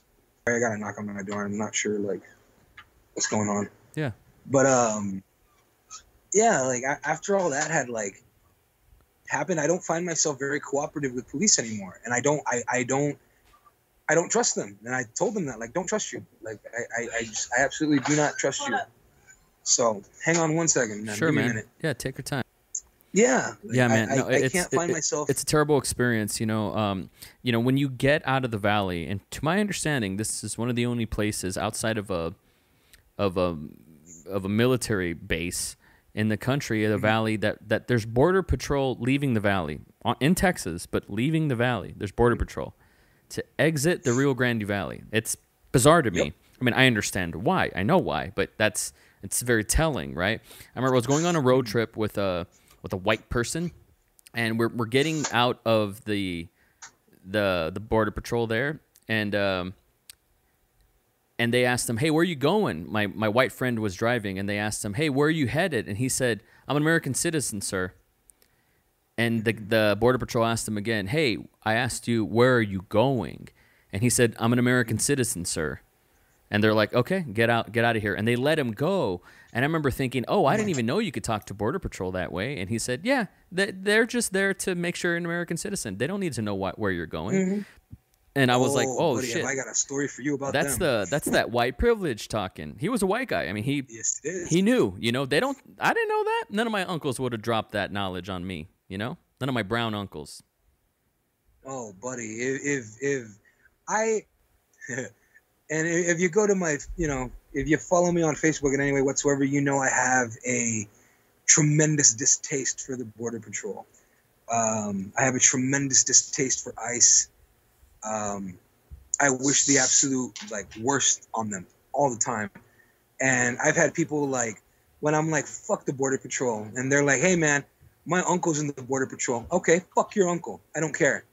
Like, I don't give a fuck. Fuck your uncle. Like, is your uncle Mexican? Like, yeah, fuck him twice then.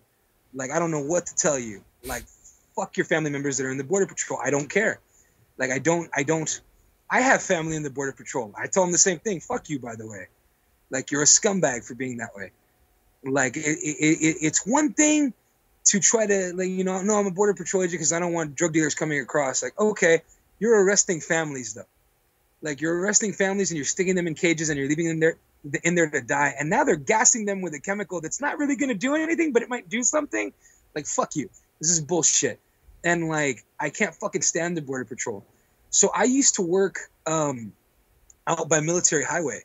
And out by Military Highway, there is so much fucking Border Patrol that make your head spin. And I was coming out of my job one day, and I see these headlights hauling ass down the road. Like, this guy's going like 70 miles an hour, and I can't see what his car is. And like, all I see are his headlights, and I went, fuck you. And I jumped in front of him. I was like, go around me. If you want to be driving like an asshole in a fucking 45 mile an hour like limit, like, go around me, you prick. So I jump out in front of him, and the red and blues turn on, and I'm like, oh, fuck, it was a cop. And I was like, well, fuck him. I came to a complete stop. Like, he was going 70 miles an hour at least. He didn't have his lights on. And I fucking pull over, and, like, a Border Patrol agent approaches my window. And I look at him, and I have the utmost confusion because, like you were saying earlier, you get to use a little bit of your light-skin privilege when the one thing Border Patrol doesn't seem to like is somebody that knows their rights. And, like, I opened my window, and I had my ID ready to give to him, and I went, can I help you? And he's like, are you all right? And I'm like, yeah. He's like, what's going on? I'm like, I'm going home. What do you want? And he's like, whoa, you drove out in front of me. And I'm like, no, I came to a complete stop and I drove out into the road. You were the one who was driving like an asshole at 70 miles an hour.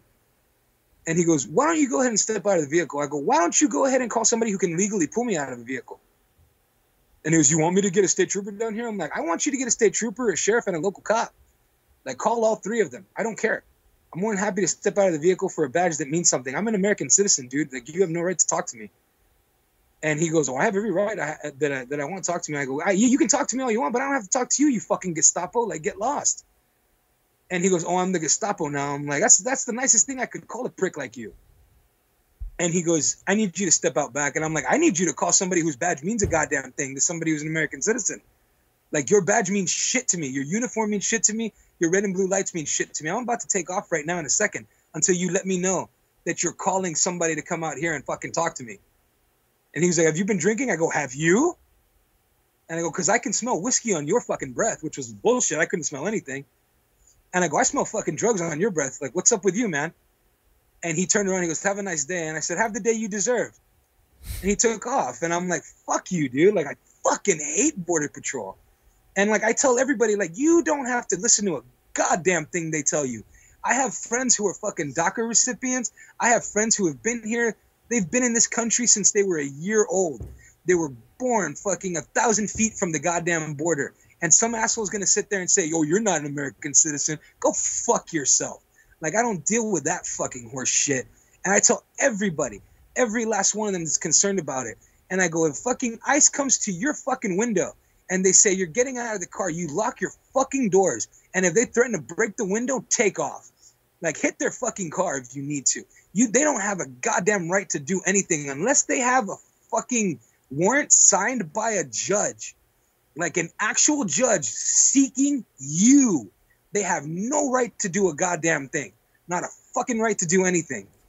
Like, I'm very fucking militant about that. I'm like, nah, fuck that. Assault them if you need to. Crack them in the fucking forehead with a fucking tire iron. Because they're trying to kidnap you. Like, fuck that. They're trying to kidnap you and stick you in a fucking cage and leave you there to rot. And apparently take your fucking children and, oh, I don't know what happened. We just lost them. Like, fucking bullshit. Like, crack a crowbar over their heads. I don't give a fuck about ICE. I give less of a fuck about Border Patrol. Like, I really do. It's heavy, like, man. And it is. And I get why people get real. Like, I've lost so many friends. And here's the thing. Like, and I've heard it so many times, and people were like, "Oh, it's a false comparison." No, it fucking isn't. Like, I say the same goddamn thing about the Gestapo and Nazis that I say about ICE and fucking Border Patrol. Like, whenever somebody's like, hey, man, like, they're just doing their jobs. Fuck you. So are Nazis. So are the Gestapo. They were just doing their jobs. And I think every last one of those pricks should have been shot right between their fucking eyes, too. Like, I have no qualms. I have no issues saying what I feel about those people. Like, when you lend to a system that disproportionately hurts people, like, this is why I'm all about defunding the police. This is why I say that too. Like, no, defund them. Like, you don't need the type of money that you do to. If we defund the police, like, what happens? Like, say do you live in Hidalgo County? Yeah, I live in Hidalgo. What happens if tonight they defund the police? Like, how is it not the purge after that? See, okay, now there's defunding and there's abolishing. I'm all about abolishing ICE. Fuck ICE. Abolish them. We don't need them. I don't care what happens to any of them. Fire them, push them down a cliff. I don't give a shit. If you took a job with immigration like that, where you're just disproportionate, where your job is to fucking hurt people the way they've been hurting people, like, I don't give a fuck if they fire them by pushing them out of helicopters into cliffs. Well, hold on. So this is Bobby Brown going nuclear, guys. That's what he does. Yeah, sorry. No. It's dude. I mean, you gotta fly, man. You got wings. Yeah, and let me just say, that's abolishment. Like, if we made it, say everywhere across the board, but you needed a college degree to be a cop, you had to be trained. You had to go through a boot camp the way Marines go through a boot camp. You got paid $70,000 a year. You can feed a family with that $70,000 a year, and you get minimum like every, gosh, I don't know, 6 weeks or whatever it is, because cops don't get any training or retraining. It's a very stressful job. They have PTSD. We all got that one. We all heard about the one uncle who's a good cop, so on and so forth. Sometimes there's good stories out there too. There are. It just doesn't make the news because it's boring or it doesn't sell clicks enough or what have you. Isn't there a way to make that institution stronger, better, leaner? Where we weed out just any schmuck that went from working at a Whataburger to a cop. I mean, how many times have you heard? I know I have in the Valley. I'll just speak for myself. I don't have any options. It's a hard place out there to get work. I'm gonna join the police force. Like, that's a last resort for some people down there because of just how poor the Valley is. You and I both know that. Before we defund them, like, isn't it possible that maybe they deserve more attention? They kind of just deserve a renovation. Should we tear the institution down? I'm just gonna throw my hat into that ring. Right. Well, see, that's what defunding them means. Defunding them as in, you don't need to have tanks like you need a SWAT team. You don't need a personal police department does not, like, McAllen PD doesn't need its own fucking tank. Like, it doesn't need its own just like giant. Does McAllen have a tank-esque vehicle? Absolutely. McAllen has a tank that's just there 12 months out of the year. It's not necessarily a tank. It's an armored vehicle. Like, the fucking thing can go through a wall. They also have a SWAT team who can go through walls and are equipped to do that. Now, when I say defund, what I mean is, like, these people don't need to have the kind of money to afford the type of protection that they have. When a cop kills somebody and it's caught on film, and the immediate response is like, well, we've got to sit and review it. No. What did we see in the video?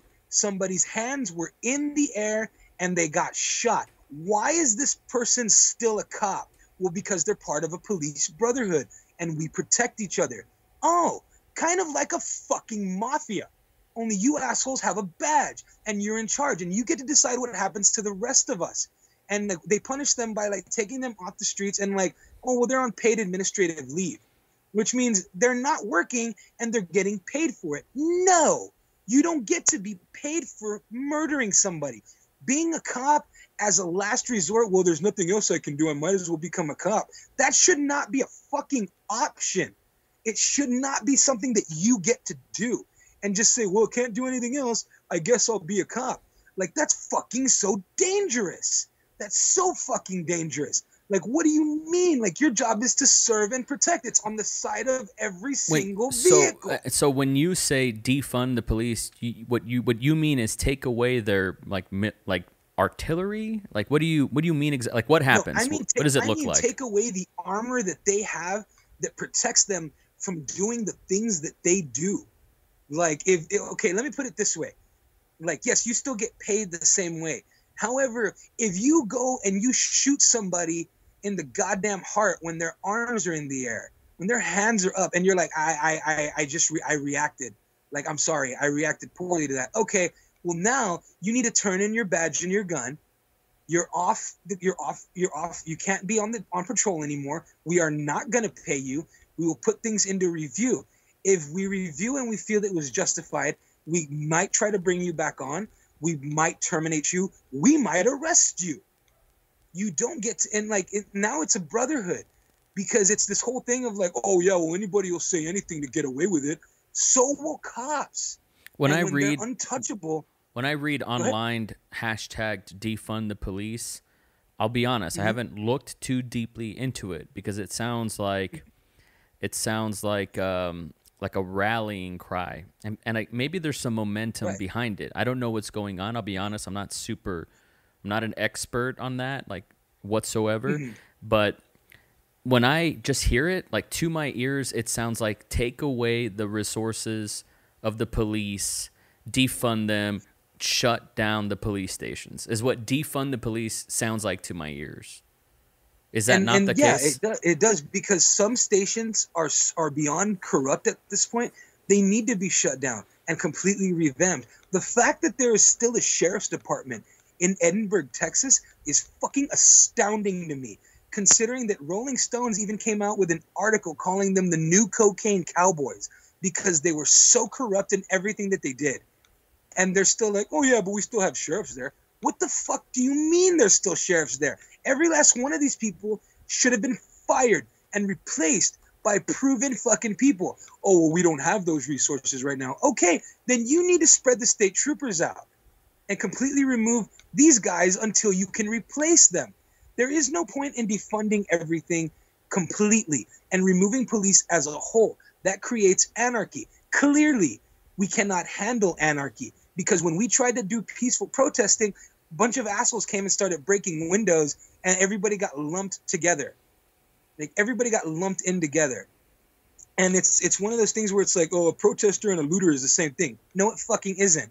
The same way a fucking sheriff and a border patrol agent aren't the same thing. They both have badges. They both have guns. They're not the same thing. Security guards get badges and guns. They don't disproportionately murder people all the fucking time. I'm a fucking security guard. I could have fucking gotten a gun at any goddamn time I wanted to. And like, I've worked for people who have told me, dude, if somebody assaults you, shoot them and make sure that they die. We have lawyers that'll take care of you. Like, I've heard that before as a security guard. Are you fucking kidding me? Like, that's sadistic. Why would I ever want to work for a company like this? Like, it's fucking ridiculous. So when I say defund the police, I mean, like, don't give them the resources to have fucking tear gas and rubber bullets that they can fire willy-nilly at people, that they can tear gas people who are kneeling peacefully in protest with their hands in the air, holding a sign that say, I can't breathe, and then them blasting them in the face. Oh, can you breathe now? Like, it's so fucking funny to hurt people. Like, fuck them, dude. Like, they shouldn't have that kind of funding. They shouldn't have the type of money to do the type of things that they are doing. And until they can prove that they're not going to be that way, we need to take that away from them. Like, it needs to be harder to be a cop. What's interesting, it cannot be something. I agree. I agree with it needs to be harder to be a cop. And I will say that had I been treated like a cockroach in jail, maybe I would be as fired up as you are about defunding the police. And you're very passionate about it. I don't want to tell you not to be. Like, that is gnarly. It would change my entire perspective if I was treated the way that you were treated by the police. I just Googled, is using tear gas legal? And Here's what Wikipedia says, and this is from 2020. Oh, June 5th. The use of tear gas dates back to World War I, when soldiers used it during wartime to incapacitate enemy troops. In 1925, the Geneva Convention categorized tear gas as chemical warfare agent and banned its use during wartime. However, its use by police in the U.S. is still technically legal. There are some gnarly laws in the United States, and what's interesting to me, one of those is not a law per se, but the Second Amendment, the right to bear arms. I thought the whole idea, just from people that are very pro 2A, when there's a school shooting and the conversation comes out again about gun regulations and everything, the argument from the other side is always, we have to stand up against tyranny. We have to be able to revolt. That's in the founding fathers. We don't want to be taken over by fascists, by dictators, by people that are going to just open our doors, bust in, and take our children or what have you. It's in America's code, DNA, Constitution, in the marrow to not be that. But then we see footage of cops shooting people at their porch who aren't doing anything, with rubber bullets, with tear gas in neighborhoods and suburbs. It's scary, it's really scary. I don't know what to do as an artist other than, have a podcast where I'm giving people an opportunity to say what's on their mind, to speak from their heart. I gave my brother an opportunity to speak his perspective. I wanted him to use my forum, my platform to do that. He reached out to me. It didn't work out. He changed his mind. That's cool. He can do that. And I'm, obviously I probably would have too. Well, with you, I was so elated to hear the podcast with my friend Mark, with you and Will talking about Cultosaur. It made me just want to hang out with everybody. Like, I just wanted to buy y'all wings, and we were going to chill and have a good time. It sounded so fun. So, I'm just saying that, I think that's how you and I got here having this podcast, and I'm hearing what you're saying. And for the people out there that may be hearing this podcast, I just want to say that Bob's perspective is obviously, he's been behind the bars and treated like fucking scum. I don't know, and for those that love to wear the American flag loud and proud, for those people that are just, we'll put a boot in your ass, it's the American way. Just hardcore proud people. Is that the way is that the way we want to treat our citizens? Is that the standard that we have for our police? Do we want our children to be scared of the police? That's not the way it used to be. Historically speaking, maybe it's always been a corrupt institution. I don't know. But you used to hear of, like, they would go down the neighborhoods and they would say hi to your grandma, and, you felt safe and yada, yada, yada. I think we've never been more divorced from that time now than ever. Like, here's the thing, though. That's a whitewashed propaganda. I call it propaganda. Like, you have to understand, man, like, this shit has been going on since there has been a police force. I used to be beyond proud when I was a kid of the fact that my great-grandfather was a Texas Ranger, until I read about the Texas Rangers and how I read about how they just pillaged and fucking stole people's land and fucking destroyed everything until they picked up their shit and moved. Like, until they left and like, oh, look, the land's free now. It's ours now. Like, my great-grandfather was part of a scumbag unit, and, like, they're made out to be these heroes. Look at fucking Chuck Norris. Dude, I read as recently as, like, a week ago, they're getting ready to end Supernatural. Jared Padalecki, the actor who plays Sam on Supernatural, has purchased the rights to Walker, Texas Ranger, and he's remaking the show. Like, they still have Texas Rangers out to be these heroes and shit like that. Like, look at the movie Tombstone. Amazing movie. Like, that moment where fucking Kurt Russell opens up his jacket and says, you see that? That says U.S. Marshal. Like, holy shit, like a badass lawman. But what nobody really, like, reads into is that Wyatt Earp bullied his way into Tombstone. Like that scene where he beats the shit out of Billy Bob Thornton and takes his spot is not unlike what really happened. But he wasn't antagonized. He bullied his way into that. And he took money from people. Like, he was a cop. People were afraid of him. Like, nobody talks about that kind of stuff because we've built a system of propaganda that makes cops out to be the heroes all the time. When, like, cops are disproportionately bad people sometimes. Most of them, like, there's a reason that 40% of the police force has domestic abuse cases against them. Like, that's sadistic. 40%? Like, and they do it because it's a very real, what the fuck are you going to do about it? I'm a cop. Like, and that's a very real thing. I can remember watching an interview, and I use this a lot. Like, I remember watching an interview with Mike Tyson where somebody said something that he didn't like, and he was like, you didn't have to bring that up. Fuck you. Why'd you bring that up? And the guy goes, well, talking, you don't have to cuss like that. That's not appropriate. And Tyson goes, yeah, well, what the fuck are you going to do about it? And I'm like, that's a very real question right now. I've seen that interview. What the fuck what the fuck are you going to do about it? Like, that's a fucking world heavyweight champion. Are you going to stop him? Like, right. That's a dude who can he can hit you so fucking hard you won't even realize you're unconscious before you are. Like, fuck that. You know what I mean? And it's a very real, like, what the fuck are you going to do about it? I'm a cop. It's a dirty fucking thing that's happened, and it needs to be completely taken away and revamped. And there's no point in shutting it down and starting from the beginning. It'll never work that way. Like, especially if things don't change. Like, we have to implement change first. Like, one of the things that I've been suggesting that I personally feel, and like, I get it, because some people are like, I don't want to fucking do that. Like, okay, then you don't have to do that. But then if you want to be a cop, this is something that you need to learn how to do. Like, what I feel is that every police unit should come with two officers, one who is armed and the other who is not.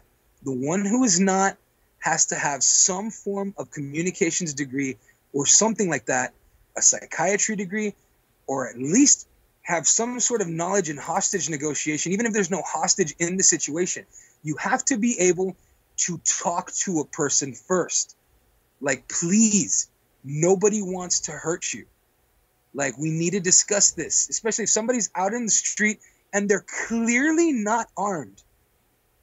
If they're running around in fucking underwear and sandals and they're screaming that they're their own god and the leprechaun stole their socks, like, I don't care.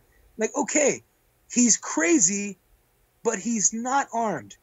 Now this police officer who's been trained in fucking how to communicate, how to de-escalate, is here trying to de-escalate a situation along with an armed officer. And you try to de-escalate the situation, and if it doesn't work, okay, I need you to put your hands behind your back. Oh, I'm not going to do that. Okay. Now you try to take them down unarmed. They fucking manage to escape, and they're running away, and they pick up a fucking glass, and they break it. The other cop has to shoot. Like, that sucked. I didn't want to do it. He left me no choice. He put our lives in danger. This whole bullshit of his hands were in the air, I thought my life was in danger. Go fuck yourself. You should not be a cop.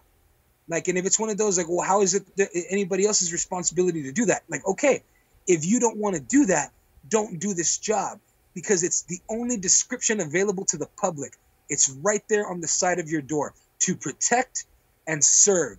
If you do not feel like you can do that, or you want to do that, then you shouldn't be a police officer.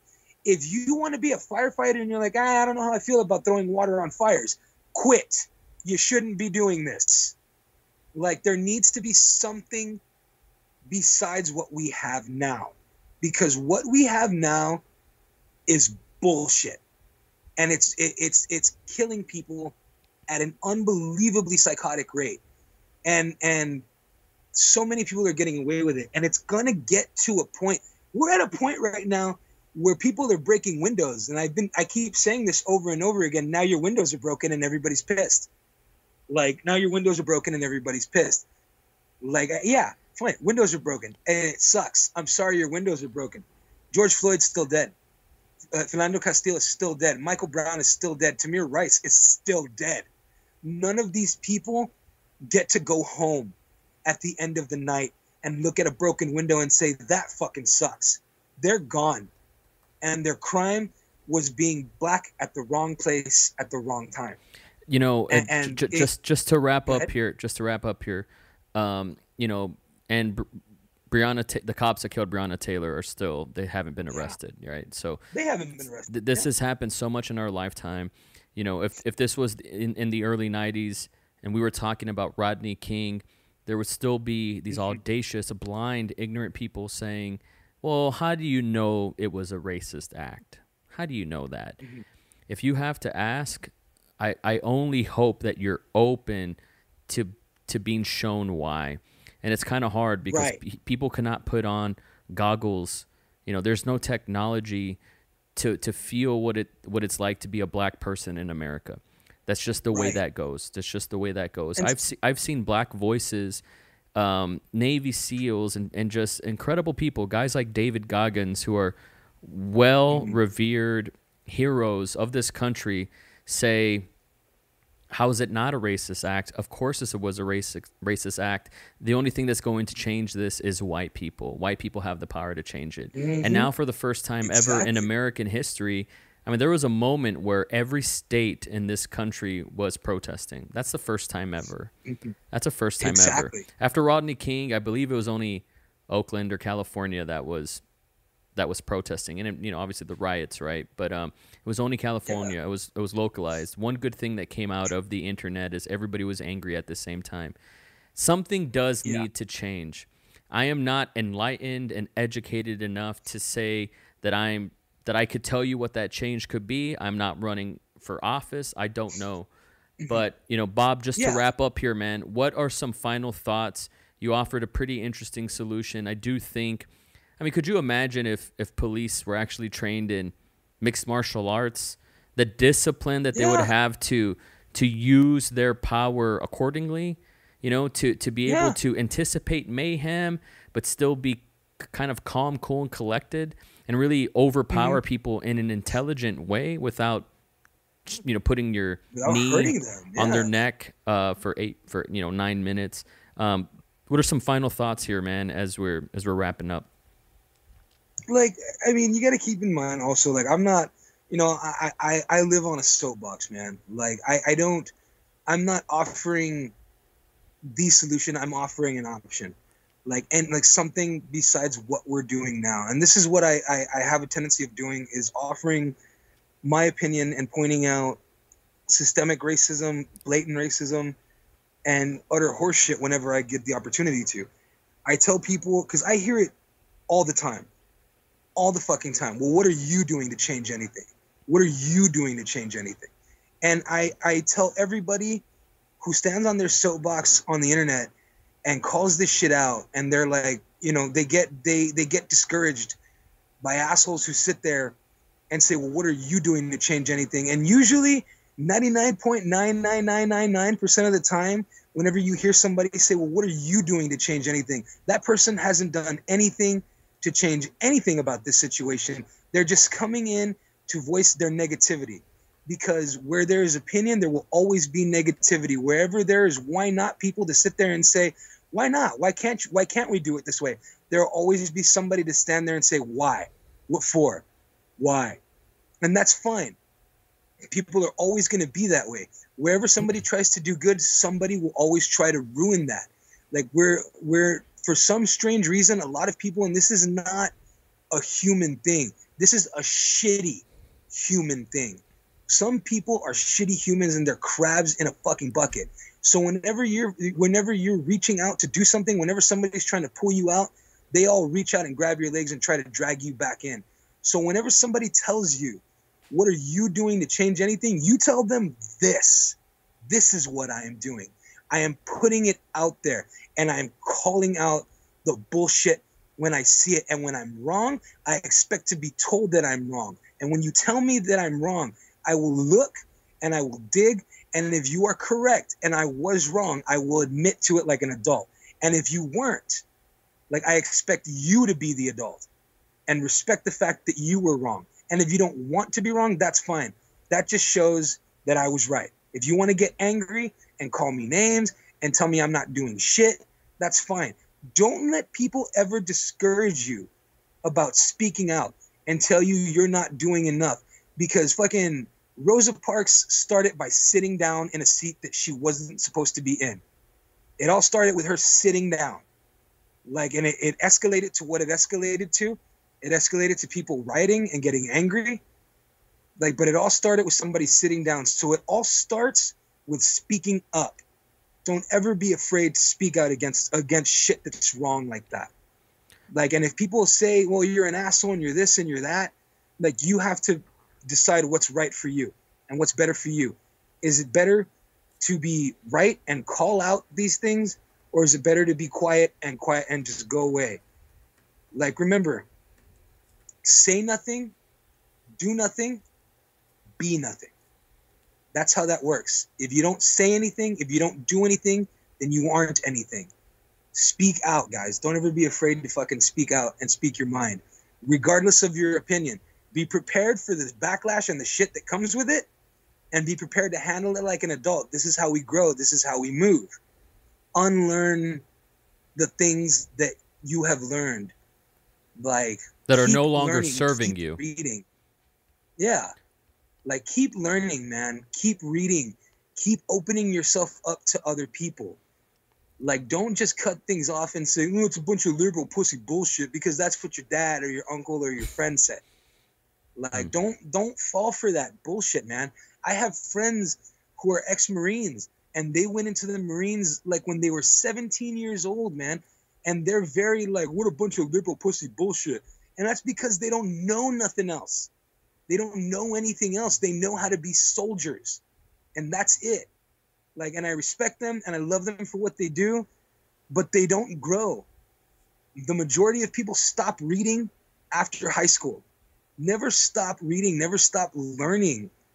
Always try to look for the smarter people in the room and then find another room to learn something else. Like, keep learning, guys. It's the only way we grow. And again, like, you know, again, I'm sorry I get on my soapbox and I preach. I love it. It's who I am as a human. And I feel personally like I've grown a lot as a person. I'm not the same man that I was a year ago. I'm certainly not the same man I was 2 or 3 years ago. Like, if you can look at the things that you said on Facebook on your, you said this a year ago shit, and look at it and go, God damn, that's awful, and cringe at it and just say, holy shit, why the fuck did I ever say that? That is a good thing. You're learning. You learn from that. Like, just keep learning, guys. Just keep opening your mind to things and look at things for what they are. And when somebody tells you, like, the fucking president sits there and goes, no, that's not what it is. Like, trust your eyes, man. Like, are you going to trust your lying eyes or my words? Like, fuck all that. Like, trust what you can see, you know. Understand why people are arguing. Understand why people are taking a knee. Understand why people are throwing bricks through windows. Like, please understand that. Understand the difference between Blue Lives Matter and Black Lives Matter. Black people can't come home at the end of the day and take off the black. Blue lives get to come home at the end of the day and take the uniform off. And they can go out to a grocery store and they can go out to eat. And most of the time they don't have to worry about being pulled over and being racially profiled. There's a video right now of 2 cops racially profiling a black guy who was sitting outside of a bar having a cigarette. And they're saying, you look like somebody we're looking for. And he said, no, I don't. Like, you don't even know who I am. Yeah, he was and a they Fed. tried to arrest him. Yeah, he was a They Fed. tried to arrest him before they even took his ID. And when they checked his ID, it turned out he was a federal agent. Mm-hmm. Like, and they let him go real fucking quick and in a hurry. Now, think about this for a second. You should not have to be a federal agent to be let go for not committing a crime. You shouldn't have to go to jail because you look like somebody. That's a load of shit. And you learn the difference, guys. Like, understand why people are saying Black Lives Matter and not All Lives Matter. Just because you have a house on the same street as a house that's on fire doesn't mean that you need the water from the fire truck. The house that's on fire needs the water from the fire truck. Your house matters too. Absolutely. but this house is on fire. Like, Word. you need to understand when your house is on fire and when it's not. So and open it up, your man. neighbor's house as well. If it ain't your house, it might be your neighbor's house. You know, Right. totally, man. Brother, I love you so much. Thank you for taking time out of your evening, taking time away from your family to talk to an old friend, you know. Real quick, do you recall the first time we met? I want to say it was at Christina's party. I remember like Like, Christina. Yeah, I think it was. I'm trying to remember myself. She talked about you and Hector and Josh and was like, you know, there was me and Dave, and she wanted to bring us together. And she was like, y'all are going to get together. Y'all going to love each other. You remind me of Bob and his crew. And when we got together, it was love at first sight, man. You know, you're just from one fellow genius to another. I love you. Keep doing what you're doing. I say stand on your soapbox, be loud and proud, and do it, man. Like, there's too many people that are passive, going through life on fucking autopilot, thinking that the internet is the true reality, man. Like, these conversations are really, really meaningful to me, and I appreciate you. I appreciate you very much, and I want to have you on again so we can talk about wrestling. Am I right? I can't believe we made it this far without talking about wrestling. I know. It's a beautiful thing, man. know.